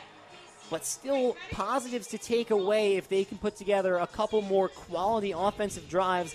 And I think this would count as one. Yes, very much helped by the targeting penalty by Darius McClendon. But even outside of that, Montez has shown a level of composure that we just didn't see in the first half. Yeah, and that's the composure Joe Conlon must have been mentioning to us, how he seems so much more comfortable. He knows when to just take the yards. He knows when to just throw it away. That's been happening this entire drive. He even knows when to keep it and tuck it on a read option. It has been all C.J. Montez so far, a guy who led the Patriot League in touchdowns with one interception. 26-1 is that ratio. It's pretty insane for a guy playing on a team for his first season last year, moving into his second, getting more and more comfortable as he goes. And let me get my calculator app out here, because C.J. Montez ended the first half with negative 24 rushing yards. He's rushed for 52 yards in this second half. He's up to 28 net on the game. Julius Luffridge only has 4 yards in this second half. Not really a knock on him. He's only had 4 carries in the second half. Fordham's found success in the pass game, obviously, but also with C.J. Montez, as you mentioned, finding those lanes, evading pressure, and scrambling for positive gain. Yeah, that might have been a halftime adjustment, too. Maybe quarterbacks coach Artie Aselta letting C.J. know, hey, these ends are really good. They're getting really far in the backfield. That's good for a defense, but if you can take advantage of that as a quarterback and let them get too deep and then fill the hole that they just left, run it up in the outside linebacker C-gap area, which C.J. has been doing for this entire second half now, and it seems to be working for him. On that point, in the first half, we saw a lot of Montez trying to scramble right and left and found himself trapped. Instead, now he's stepping up past the ends and finding space over there. We return for 3rd and 10 from the 12. Rams trail by 24 with 9:46 left to go in the fourth quarter. Montez has trips left with Luffridge, offset left. 5 on the line for Bowling Green, with a linebacker creeping down a couple yards behind. So Bowling Green showing blitz. Montez peers in for the call. Luffridge goes back up behind the line. 5 seconds left on the play clock. 3, 2, 1. Montez does not get the snap off, and a lot of confusion on that play. Bowling Green showing blitz this time around, and it appears as if Fordham got the timeout off before the play clock went off. So now Fordham takes a timeout after Bowling Green. I wasn't expecting the Rams to run the exact same play there. You would think maybe something a little different, because the defense should have been prepping for the play that they called a timeout due to. So going out and running the same play, maybe Montez was yelling, giving so much attention to the sideline, letting them know, hey, this probably isn't going to work if you want to let me run it, because I see what they're in, and they're in a specific defense that's going to stop the play that we already showed them. And that's why C.J. Montez, with 4 seconds left on the play clock, took a shuffle towards the bench and shouted something, and that's usually not something you want to see when the play clock goes under 5 seconds. Usually means you're not going to get that snap off, and if you do, it's probably not going to work out too well. So probably the right move there to use your first of 3 timeouts. And you have to think he knew. The play clock is in his face right over there in the end zone. No way he wasn't looking at it. Might have been a very good veteran play by Montez to take the timeout and let that one go. Well, it's still trips left for Fordham. Garrett Cody, the lone receiver on the near side, and Luffridge, sidecar right of Montez. Bowling Green putting 6 on the line. Luffridge creeps up once again behind the line. Montez claps the snap. Bowling Green sends 4. Montez rolling right, facing pressure, tries to hop out of the tackle, but he's taken down. The 5th sack of the game, and that's Joseph Sipp Jr. Nothing really going on for Montez there. All he could do was run around in the backfield, got up slow, but seems to be okay right here. A really good play by Tripp Jr. on that defensive side, though. This will go as a loss that puts Fordham back at the 16-yard line, make it 4th and 14. Sip Jr., 73 tackles. He led this defense last year. Can't believe that's the first time we're calling number 3 out today. A very good defender. Well, Phil Steele's second team All-MAC as he takes over lead linebacker duties for Darren Anders, who graduated last season. Rams going for it on 4th and 14. Montez throws middle for Luffridge, tackled right away by Sip Jr. once again. So Luffridge brought down at the 15, and that will be 13 yards shy of the first down. So Fordham down by 24 in the red zone. They go for it. Not much cooking there. Elite play there by Sip Jr., sniffing out that play, being in the right spot, seeing that the only player open for Fordham was Luffridge, leaving his assignment, and a secure tackle on someone who we haven't seen one on all day in number 15, Julius Luffridge. He'll take a seat knowing he did a very good job for that Bowling Green defense. But like you said, Lou, kind of a kick while you're down if you're the Rams. You know, this one looking more and more out of reach. But you got to stay poised. You really want to see improvement keep going. You want to build on things that were poor to start the game, make them better at the end of the game. There's 8:51 left in our fourth quarter. The Rams trail 34-10. You're listening to Fordham Football on WFUV Sports.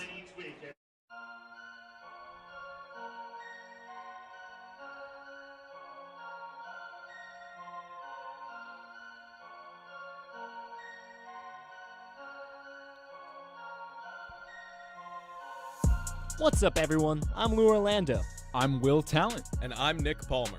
Together, we're your New York Yankees reporters for the 2024 season, and we're bringing you coverage of the Bronx Bombers this year from the best beats in baseball. Don't miss another Aaron Judge home run. Tune into our on-field interviews, live updates, and post-game analysis from every Yankees home game. If the Yankees win, we'll be there. If they lose, we'll be there too. Don't forget to check out our bonus coverage from the Rose Hill studio. WFUV is your home for New York sports.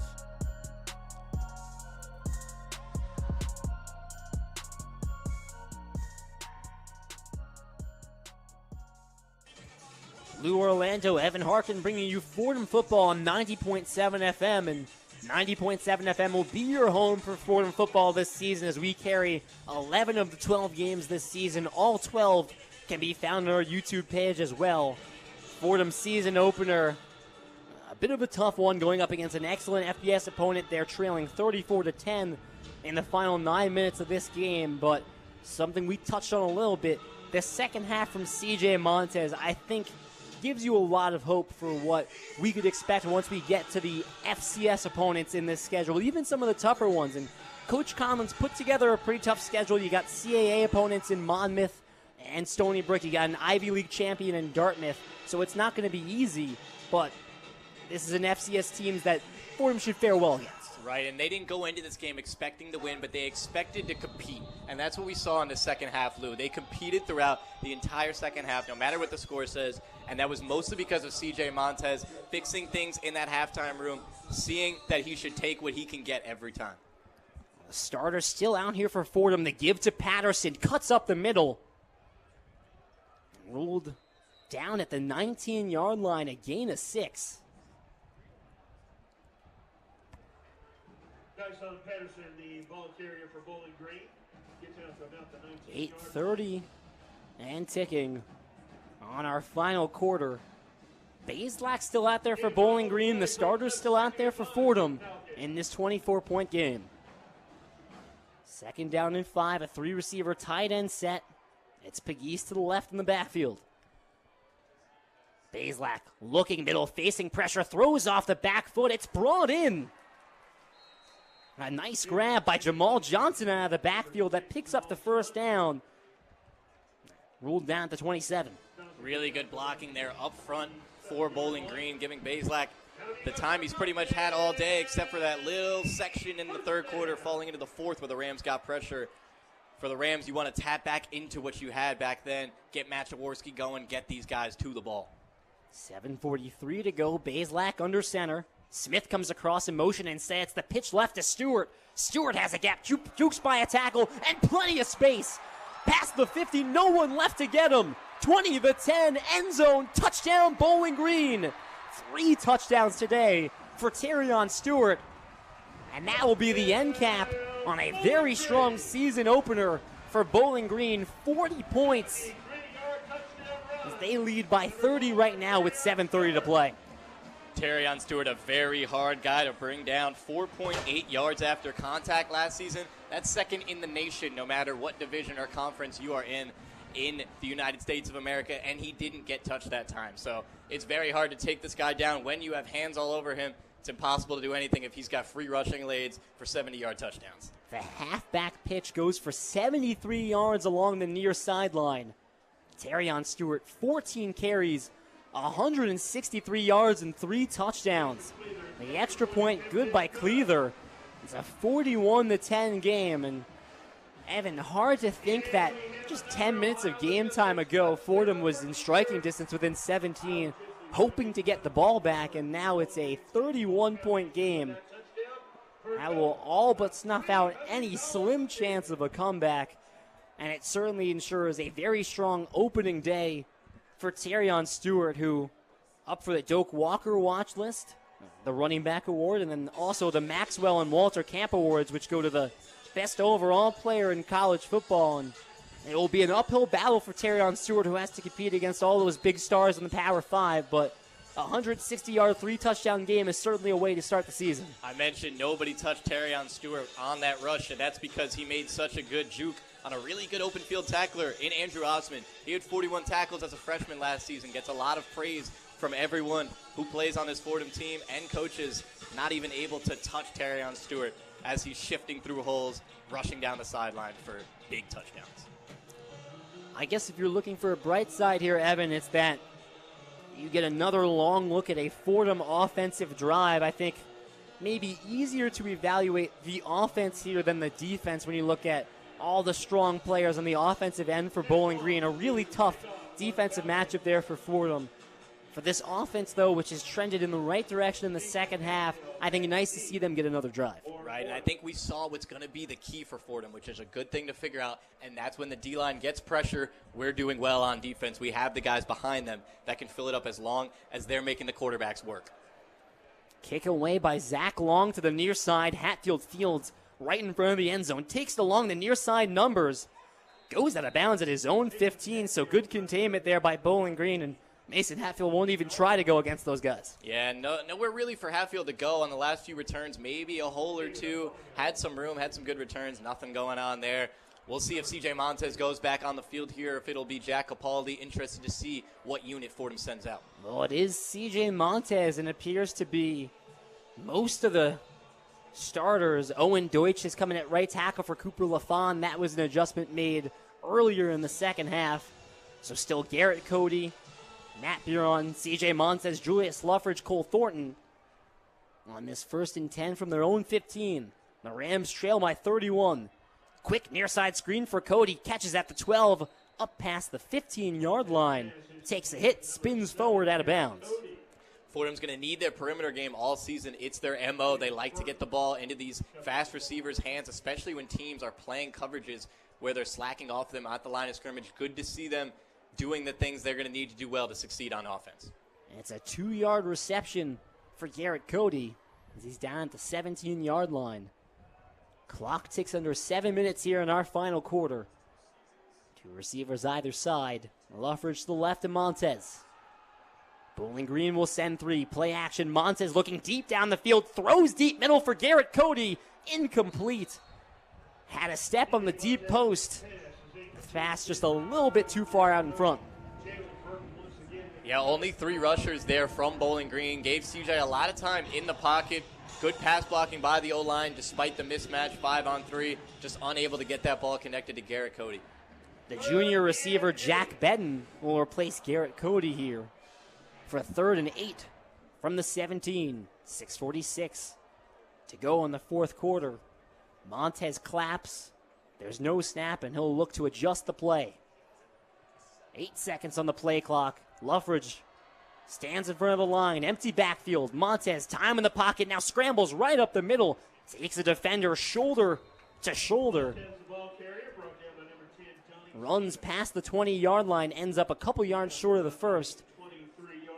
And I think here they've got no appetite to go for it on 4th down. Now send the punt unit right out there. You don't want to see C.J. Montez take another hit in this game. You're telling him when he gets to the sideline to slide next time in a game that's a 31-point differential with only 6 minutes to go, and you're going against middle linebackers. Got to keep your head in the right spot. Will Hazlitt back out to punt. Hazlitt stands inside the 10. Gets the punt away, a line drive punt. It bounces at their own 45 and takes a hop off the hands of Pegues. He dives and lands on it at the 20-yard line. So that will go as a pretty long punt for Will Hazlitt. The line drive goes through the hands of Pegues. Fordham's eyes light up, almost a chance for a turnover there, but Pegues able to recover. Yeah, Hazlitt buffing up his stats a little bit there, getting his really good stats already on this game to go a little bit further with that long punt there. Good job by Niall Perkins being around the ball as he has been all game, just unable to get the ball into the Fordham's hands. Maybe switch up, get them on offense, headed into the red zone here. It's going to be Bowling Green heading the other way with what looks like their second unit, Lou. And most of the main starters off for Fordham as well. Before we get ahead of ourselves, the referees will stop this play due to whistles. It's Lucian Anderson in at quarterback as Bowling Green takes their second timeout. We saw Anderson back in the first quarter as he scored that 13-yard rushing touchdown in the QB power to cap off a score right before the first quarter. Fordham's, we talked about, we get another look at their offense, maybe another long drive.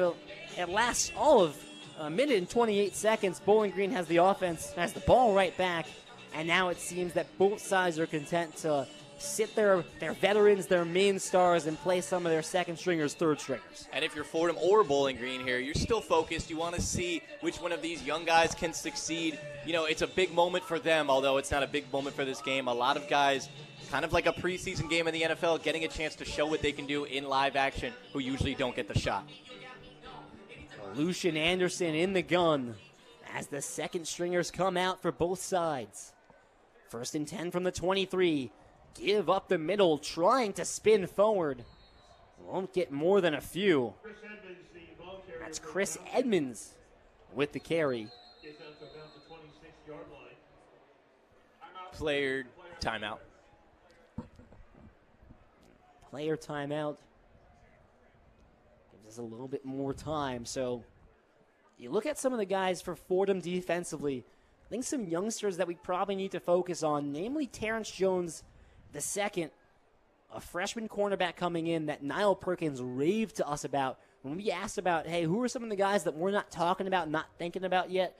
Well, he said Terrence Jones, he calls him TJ, and he said the kid's a specimen, has come along really well, also showed some love to Justin Johnson, who got some limited time last year in the secondary, has played starting minutes today, looking for a lot of these youngsters to step into a big role, not unlike what Andrew Osmond and Mathani Paul Swinson did last season. Yeah, TJ, Terrence Jones II, was the 2023 district champion in 100-meter hurdles. So a very good athlete right there in Texas, nonetheless. A very good state for high school athletes. That must have been what Niall Perkins was alluring to, his ability to be so athletic in different places. And then Justin Johnson, he said the sky is the limit for this kid.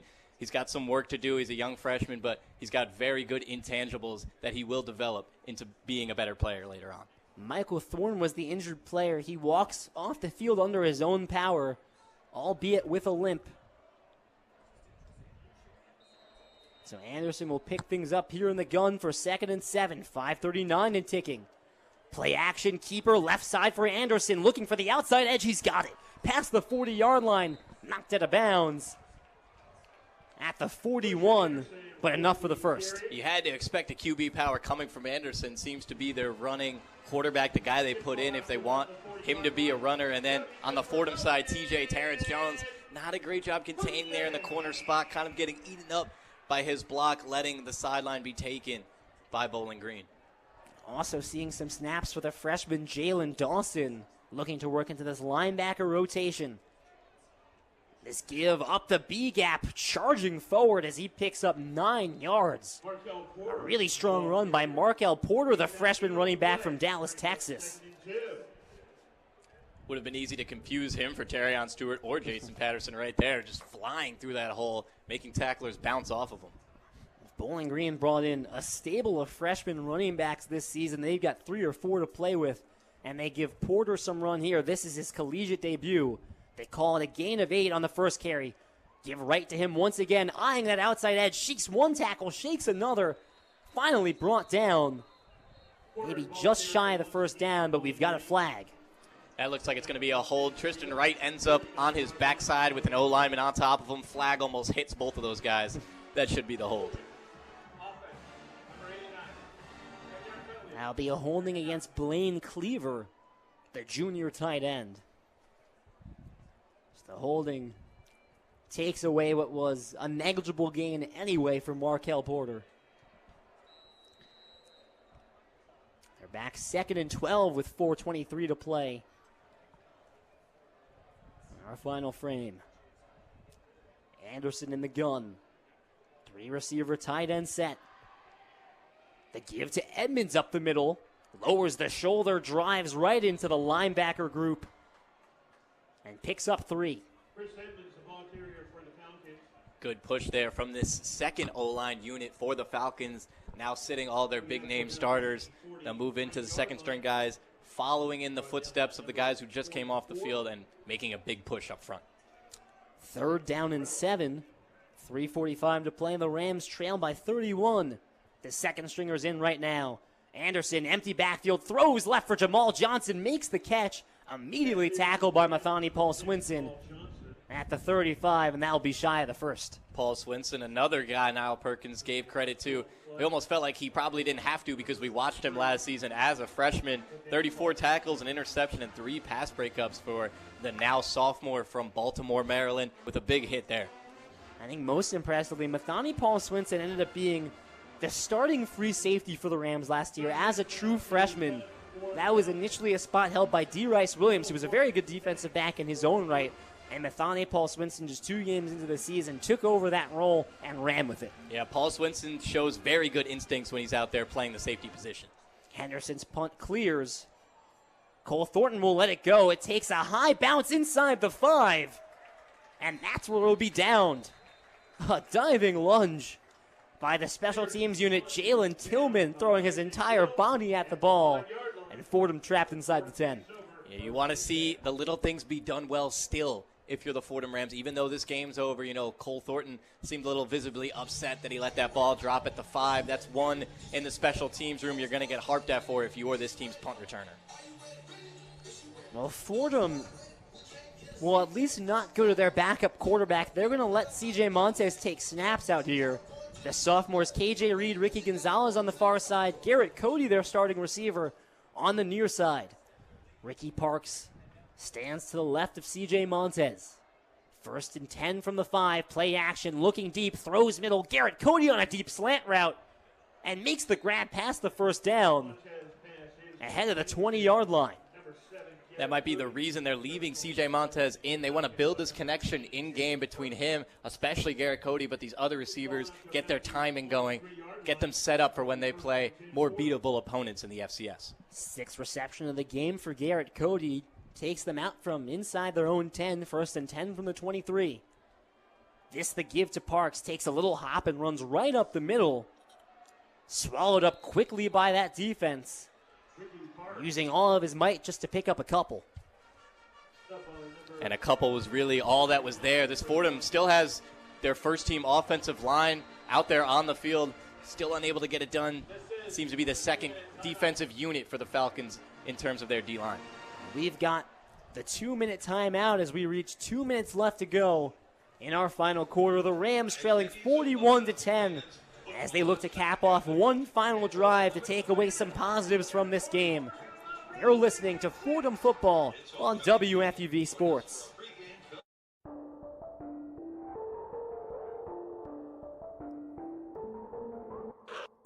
What's going on, everyone? I'm Jack Warner, one of your WFUV beat reporters for the 2024 New York Mets. Baseball is in the air in Queens, and I'll have you covered all season long as Carlos Mendoza looks to lead the Amazons to a World Series title in his first season as New York's manager. To stay in the loop on every Severino Bump Day or Lindor Big Fly, follow me on Twitter at Jack_Warner23. I'll have you covered with live in-game updates, exclusive media availability, and post-game recaps about your boys in blue and orange. WFUV is your home for New York sports.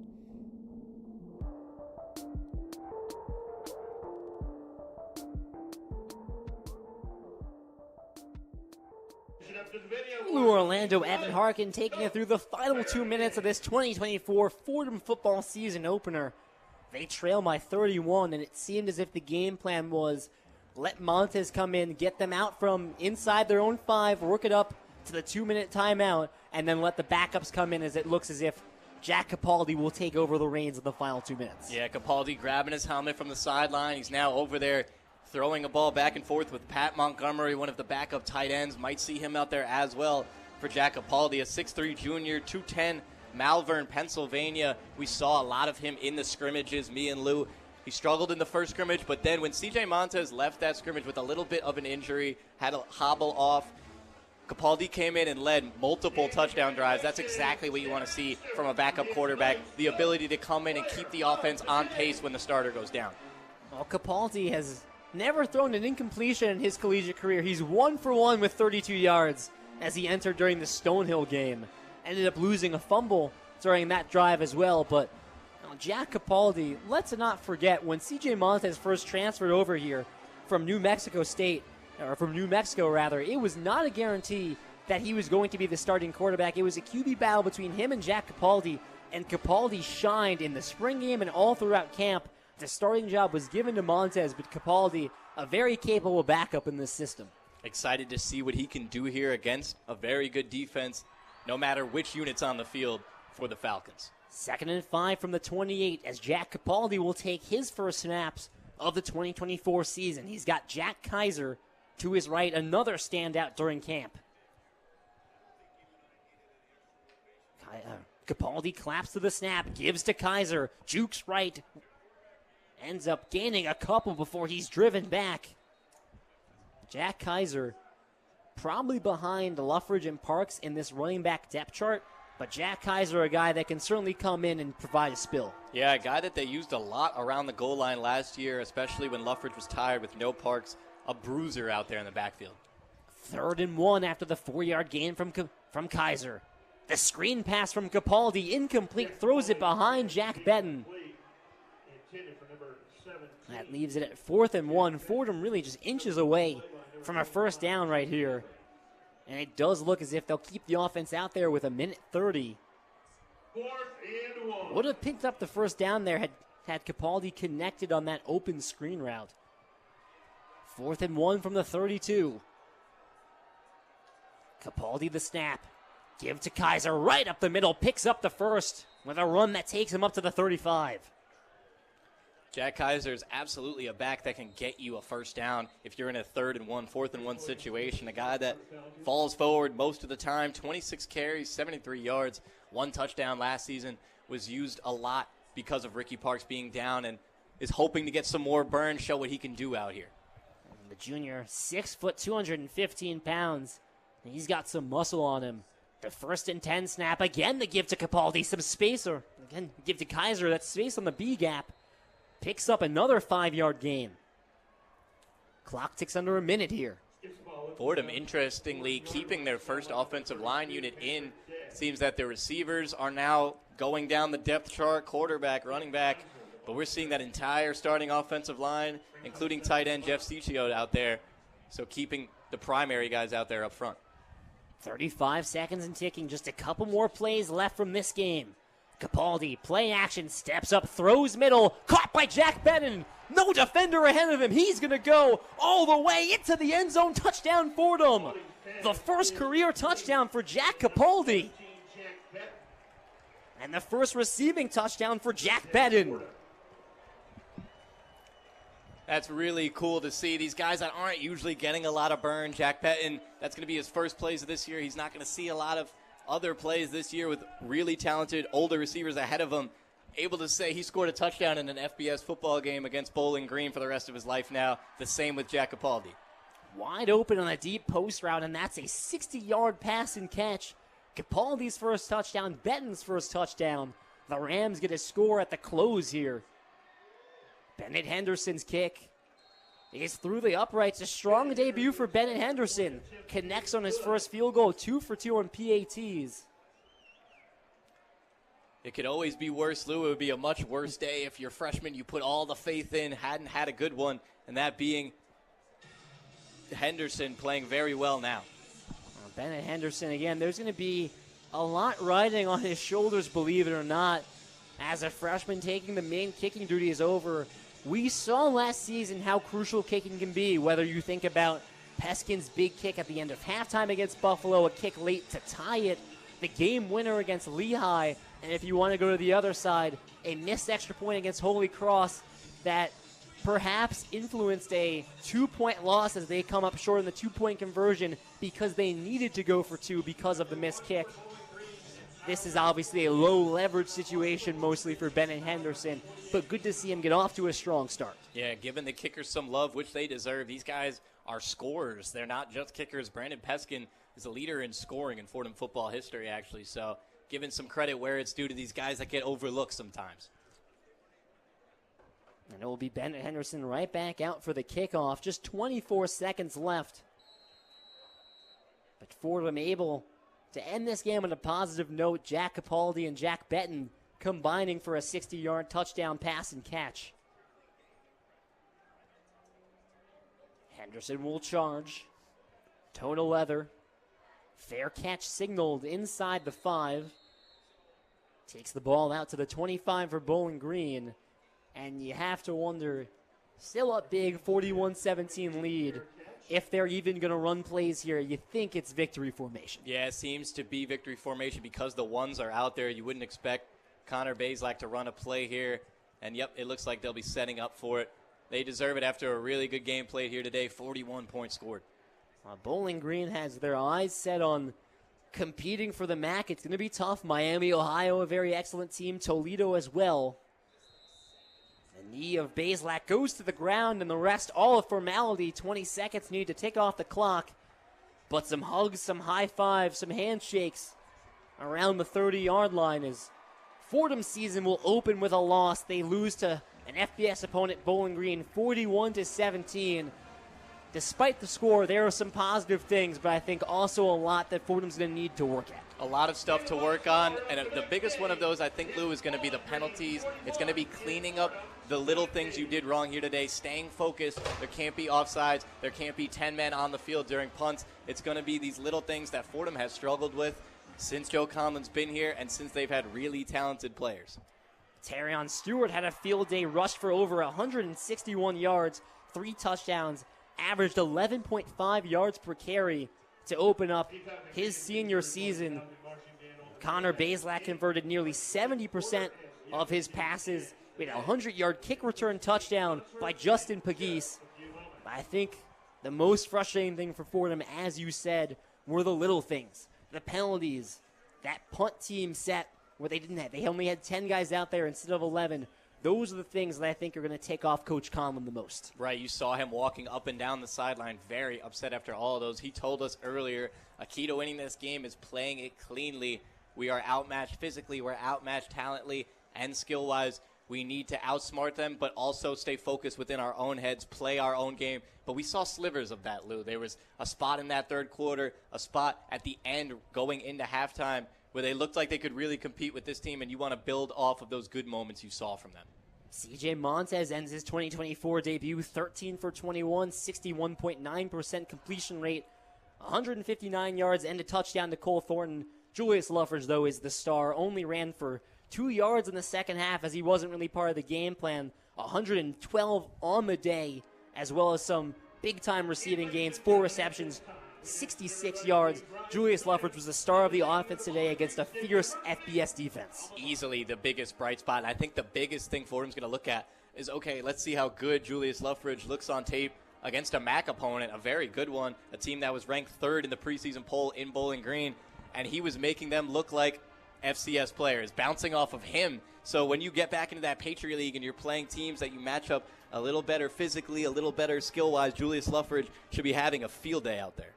Well, wrapping things up from the Doit here in Ohio, once again, Fordham drops their their season opener to an FBS foe. They lose to Bowling Green 41-17. For Evan Harkin in his Fordham football broadcast debut after a few years on the sidelines, I'm Lou Orlando. We send it back to the Rose Hill Studios. Chris Carrino and Chaz McAdams. The one-on-one post-game report.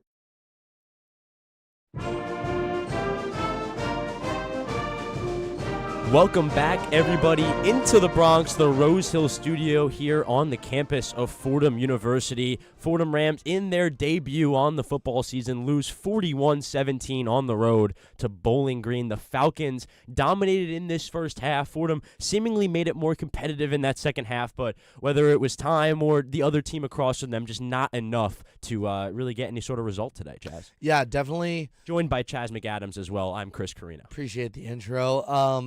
There was definitely an expected outcome in the WL column, but I would say for me, when you got into the mix of what happened in between kickoff and the end of the game, the final kneel, definitely a lot more disparity than what I anticipated at the beginning of the game. Yeah, absolutely. We're going to get some talk right now from our broadcasters on the game in Ohio. It's Lou Orlando and Evan Harkin. We're going to get them back in now. I'm going to ask the first question here, and the first question will go to Lou Orlando. Lou, looking at this game, obviously not the start that they necessarily wanted, but some resiliency shown in that second half. What kind of resiliency in that second half, and just in general feelings in that second half, say about the rest of their season going forward? Yeah, I think there are, believe it or not, positive takeaways. I think what C.J. Montez did out there in the second half, again, we can say all we want about this is an excellent FBS defense. I think everyone expected a little bit more from C.J. Montez in that first half, and whether it's because he didn't have a ton of help from his O-line, you just expected more. And in the second half, even when plays broke down, what you saw is C.J. Montez's ability to extend plays, to make something out of nothing. And as Luffridge kind of faded into the background of that second half, it was C.J. Montez that took over the reins for the offense. On the defense, like Evan harped on it big time, what they got from their defensive line, namely Matt Jaworski, who didn't have any sacks today, but really succeeded in driving Walschlager back in the second half a little bit, forcing some pressure. That all culminated in Fordham cutting the lead to 17, and really, barring just an absolutely awful error, they should have had a chance to cut the lead to 10, and maybe we're talking with a completely different tone right now. Yeah, definitely. Well, I couldn't agree more. I'm giving a shout to Evan real quick. Ev, as someone that's obviously played some college football, I want to talk about that first play, the Sports Center play, the Bleacher Report, the no of it all. that 100-yard opening kickoff return. How important do you think that was in setting the tone for the game? Not only because obviously it's FCS, FBS, so there's going to be a disparity. This is kind of the outcome people expected, win-loss, but maybe not the domination from Bowling Green that people thought. How important was that opening 100-yard return for Bowling Green's victory, and probably more importantly, Fordham's crumble? Well, it was the most important play of the game by far, because I like how you use the word dominating there. That's what Bowling Green was coming in expecting to do, dominate this game. Now, if this game started off and they had a 1st and 10 at the 20, let's say they go 3 and out, let's say they have to kick a field goal, that's not dominance out the gate, and then Fordham goes out, maybe matches. If it's more of a competitive game off the start instead of exactly what Bowling Green wanted, which is them to get out with a lead early, get the Orange Sea involved, and start dominating off of that momentum that they're now building, kind of thinking that they're a better and better team with every drive starting off with that kick return. I'm telling you, Chaz, if that kick return maybe went to the 30, we're looking at a completely different first half, which would be a completely different outcome in this game. Thank you guys from Ohio. Once again, the final from Bowling Green, Ohio, 41-17. The Falcons roll over the Rams. Thank you to our two broadcasters. They're a fantastic job all night long on their first broadcast of the season. We're going to get into some highlights from this game this evening. Fordham, they started the half well. A large chunk of yards on a big Julius Luffridge run set the stage for this eventual play with C.J. Montez and Cole Thornton. Sends 3, Montez looks right, fakes, now throws along the sideline, caught by Cole Thornton into the end zone, touchdown Fordham! Fordham gets their first passing touchdown of the season. Fordham cut the lead to 17 there. Fordham's defense had trouble all night getting Bowling Green's offense off the field. After a promising drive from the Fordham offense, it was the defense's turn to show off their stuff. Fannin motions closer to the line. Bazelak in the gun. A blitz comes from Fordham. Throws over the middle. It's brought in, but shy of the first down. Finn Hogan across, tackled at the 30, well short of the first. Fordham's forced to 3 and out. Bowling Green's offense, they have what Bill Raftery would call onions. Josh Henderson and the Falcons run a fake punt on 4th and 25 and convert, leading to this play from Fordham's own 10-yard line. The give to Terrion Stewart right up the middle, cuts right and jukes into the end zone. Touchdown, Bowling Green. 7-yard touchdown run by Terrion Stewart, his second of the game. And the Falcons up 33-10 here late in the third quarter. That eventually led to a 34-10 lead for Bowling Green. Bowling Green's offense wasn't done yet. It was Terrion Stewart once again. It's his third of the night and quite possibly his biggest of the night. Stewart has a gap, jukes by a tackle, and plenty of space. Past the 50, no one left to get him. 20-10, end zone, touchdown, Bowling Green. 3 touchdowns today for Terrion Stewart. It was 41-10 Bowling Green, absolute domination. Fordham not saying goodbye yet. It was the passing game providing fireworks for the Rams. Steps up, throws middle, caught by Jack Bennon. No defender ahead of him. He's going to go all the way into the end zone. Touchdown, Fordham. The first career touchdown for Jack Capaldi. That made it 41-17 for the Rams, and that's where it would end. 41-17 was the final from Bowling Green, Ohio. Bowling Green, the FBS's Bowling Green, get off on the right foot, and the Patriot League Fordham Rams don't necessarily get off on the right foot, but I wouldn't say they got off on the wrong foot either. No, I mean, start of the game, gotta be the wrong foot. And what Chaz is referring to is the first play of this game was a 100-yard kick return that, it brought the fireworks from the beginning, to say the least. Yeah, of course. And I want to give a quick shout out to our guy in the booth, Evan Harkin, the color man, former Fordham Ram on the gridiron for them. Fantastic outing for him in his first color spot for this team.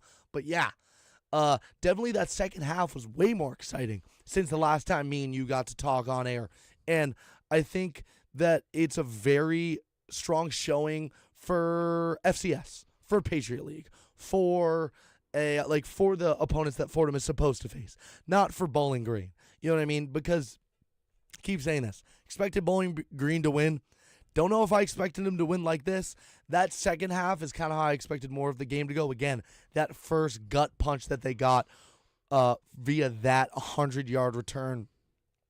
It's very hard coming back from that, as I said, at halftime. I love what I saw from CJ. Julius Lawfridge, I said lean on him more. They kind of faded him into the back, as Lou Orlando said. Really let CJ shine, but we've seen this at MetLife on both sides. We've also seen it with my New England Patriots. O-line. You got to build from the linemen out, and I really think that the O-line needs to toughen up a little bit if CJ wants to have success, because, again, he can scramble, you know what I mean?